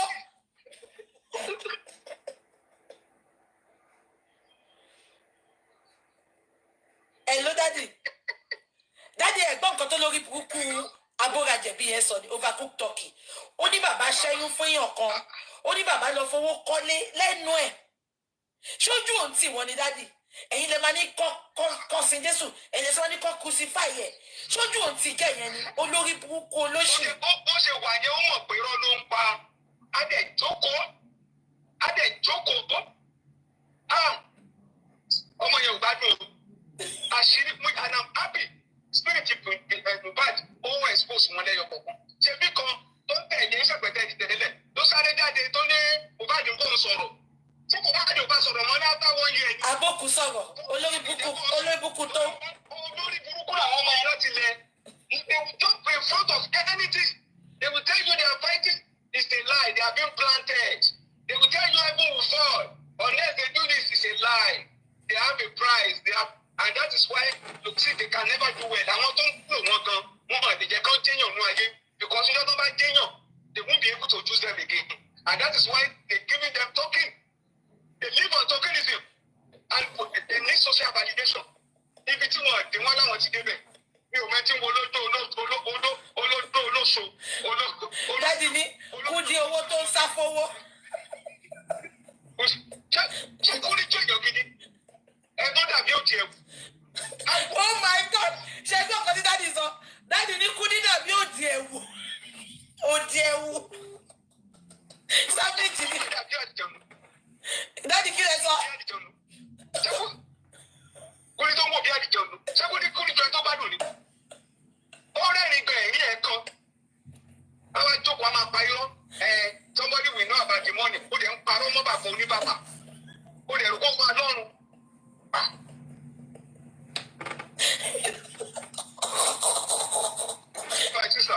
dáàdi ní Kúdí dàbí òdì ẹ̀wù. àwọn tí ò gbádùn. dáàdi o. they take their own fools and oya akọ̀fẹ́ ní gbogbo nǹkan tẹ́ ti gbọ́ ní tí sàn sọ akọ̀fẹ́ kẹ́ conclude kẹ́ fún wa ní view tí yín lórí ẹ̀sà Kúdí dàbí òdì ẹ̀wù. You know, there's something that the son said. He said we are taking, pieces of everything, exactly a piece of everything, and that is how it works. This is a homicide case. The lawyer knows what he's doing. He won't tell you some things. He won't even let you know how he's going to do it. But we can all see the direction. We can even see the gaps. We can even see there are some evidences that can never be closed by these suspects. Because if all of them have made statements under oath, so it will be difficult for them. And also, the reason why they are running away from forensic, I was thinking that award night yesterday, they will use that as an opportunity to ask the government that please. Abi, God bless you. Daddy ṣe notice lánàá pé Kamari kankan nu wọn tó bàbá wa bẹ government pé kan fún wa justice. We will know everything was planned. Daddy kí wọ́n láǹfààní pé wọ́n lọ tán candle light ní 2 years ago tó sọ pé àwọn wá justice. Everything, including because everything is entertainment. How many days after don't work? They believe that Nigerian buses are gullible.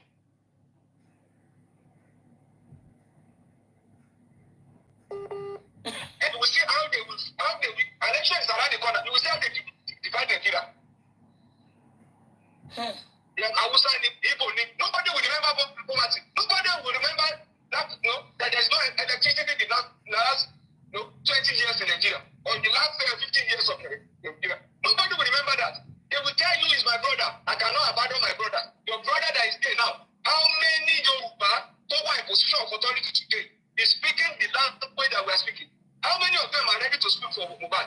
How many of them are ready to support Mohbad's cause? How many of them are associated with Coroner? Daddy, ẹ má gbàgbé pé Daddy, Lagos State Governor wà mẹ́yẹn lánàá. Daddy, Lagos State Governor wà mẹ́yẹn lánàá. Kí ló máa tẹ́kì wọn láti bẹ́ẹ̀ pé ẹ jọ̀ọ́ sà ẹ fún wa ní justice fún Mohbad? Gbogbo wọn ṣe bíi pé wọn mọ nǹkan tó ṣẹlẹ̀. Àwọn olórí burúkú. Ẹ dá máa gbèrè gómìnà tàbí dá máa rìn bí àdán. Ẹ dá máa tẹsẹ̀ tẹ ẹ máa tẹsẹ̀ tẹ àwọn àlè bí àdán. Èyí jọ àtúmọ̀rin ní jọ́mọ̀ pọ́ìntì kan onímọ̀ àgbàdo. Ojú ìwọ́n tó ń ṣe. Ẹgbọ́n Daddy máa rìn bí àdán àwọn máa dáàdì ẹ̀ tún sọ́nà ó máa pọ́ìntì ká bí kíni. ẹ máa pọ́ìntì ká onímọ̀ àgbàdo. dáàdì náà máa pọ́ìntì ká onímọ̀ àgbàdo báwo làgbàdo ṣe é rí. ọmọ fún seriousness everywhere you go to want to associate and perform a gentleman and form seriousness it's a lie the guy is empty. If you want the seriousness the only thing they are getting I mean people that recognize them with the resources in Lagos State nothing they are just allocating resources so when you need break up to generate anything you just the money is there they are just allocating it the way they like throwing money as they are around and they will be funding busy we don't sleep overnight we don't sleep overnight over what where is the result what is the justice in Lagos what is the unity in Lagos we don't have people somebody from the government speaking up to say what will it cost police to do a forensic on the phone just do the forensic when you will be moving around never mind you don't I'm going to say one of the other the person that will not take serious that one doesn't even know what he's doing it's only a political tool being planted on the seed that is why they can give present the budget one go get just like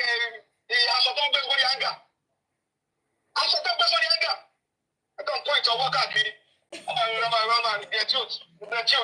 life right is that not serious it's a pity but in the next few months you will see election campaign season these are the same people that will still come and rotate. They will come and rotate this kind of people. People who have no capacity for anything. It's not just to raise empty celebrities.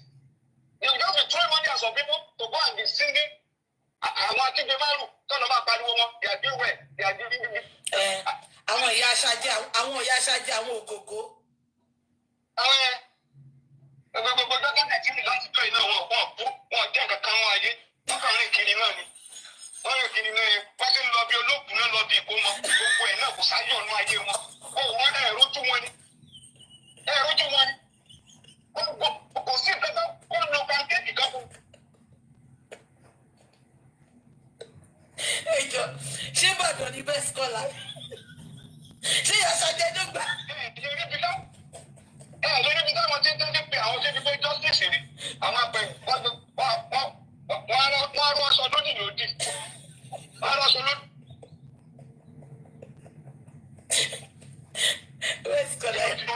Ibi tó bá ti dùn lẹ́wọ̀n tí báwọn wọ́n ṣe bẹ́ẹ̀ fi ṣe lọ́sàn-án náà bá ṣe kò ṣe lọ. Wọ́n fi yàtì wọ́n fi títì. Wọ́n máa rẹ́rìn kí ibi ayé ni wọ́n jẹ kò mọ́jú ìkó ẹlẹ́yà ọmọ ìyá ìjà ẹ̀yẹ́ lẹ́sùn. Àwọn apọmọjáde. Dádì ni wọ́n ṣe bẹ́ẹ̀ ṣíṣe lọ́sàn-án lọ́ bá ṣe kò ṣe lóru. Àwọn ìyá. Dádì yìí bú yọ̀gọ́. Dádì ṣé ìyàsàgẹ̀dẹ̀ fún lámbà tó tó yìí? Wọ́n máa jójú ẹlẹ́yà kiri ni. Wọ́n máa jó wọn máa náà máa nù ẹ̀ ṣọ́ṣọ́ ẹ̀.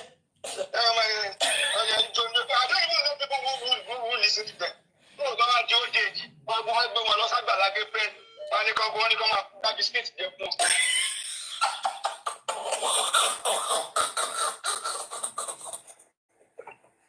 Àgbàlá gbé bẹ́ẹ̀ ni gbogbo wọn bọ̀ àdé ń dọ̀gídé nítorí ṣe fọ́mọ ọlọ́mọ wọn gbàdà gbá orí plábọ̀ mi náà la máa ti dáwọ́ jọ fún wọn àwọn wèrè àwọn ìyá àjà àwọn ẹlẹ́jà. Dádì abẹ́ ìgbọ́n nǹkan táwọn olùlẹ̀ nation sọ̀sà ṣẹ̀mẹ̀ pé àwọn méjì kú ní bọ̀bọ̀ kan kú then àǹtí kan náà mi mọ̀ bí ẹ ti gbọ́ àǹtí Yẹmí náà kú àwọn àṣànà wá sọ pé wọ́n lórí àṣànà àti pápá lòlò ló mú àwọn tó kú yẹn lọ́dọ̀ wa pé ètò wọn ń bú àṣànà ẹjọ́ dájà ẹ bá wa fún wọn lé sísà. ṣé tó rí àṣànà bá fẹ́ mú náà ṣé bóyá orí ẹ̀ kó yẹ kó mú yẹn láti get justice ọmọ àpọ̀pọ̀ ẹ̀ torí àṣànà bá fẹ́ mú náà torí ó yẹ ká ṣe díẹ̀ àwọn tó pọ̀pọ̀ ẹ̀ kan kú ni torí àṣànà bá fẹ́ mú náà ṣé báwọn industry god ló yẹ ká jago nǹkan máa kú jíjẹ káàkiri ó ti dé pé torí àṣànà bá fẹ́ mú náà káwọn èèyàn máa kú ni ó ti dé pé gbogbo nǹkan bí ikú ni ló sọ mọ́ orí àṣànà láyé tiẹ̀ Orí tí o ṣe ń wá justice gbogbo ẹ̀. Ó jẹ́ pé ìgbà tí ìyàbá kú, inú tí wọ́n máa ń dùn. So they enjoy, Jerry, you will see the bitterness in them. There is no joy. Even pẹ̀lú bí wàá ṣe ń wá justice, ṣé wàá kú ìṣìkà wọn kú ni? Bá a ṣe náà wá justice yìí, people were saying ìfẹ́ káṣà kàbá jẹ́wọ́, we know how we do something. Daddy man sọ dáadáa náà, mo ń káṣà náà bá jẹ́wọ́ lẹ́ni. A máa fẹnu sọ́nà ni náà. Hello guys, make I leave now. Thank you so much for watching. Share this video guys. Thank you.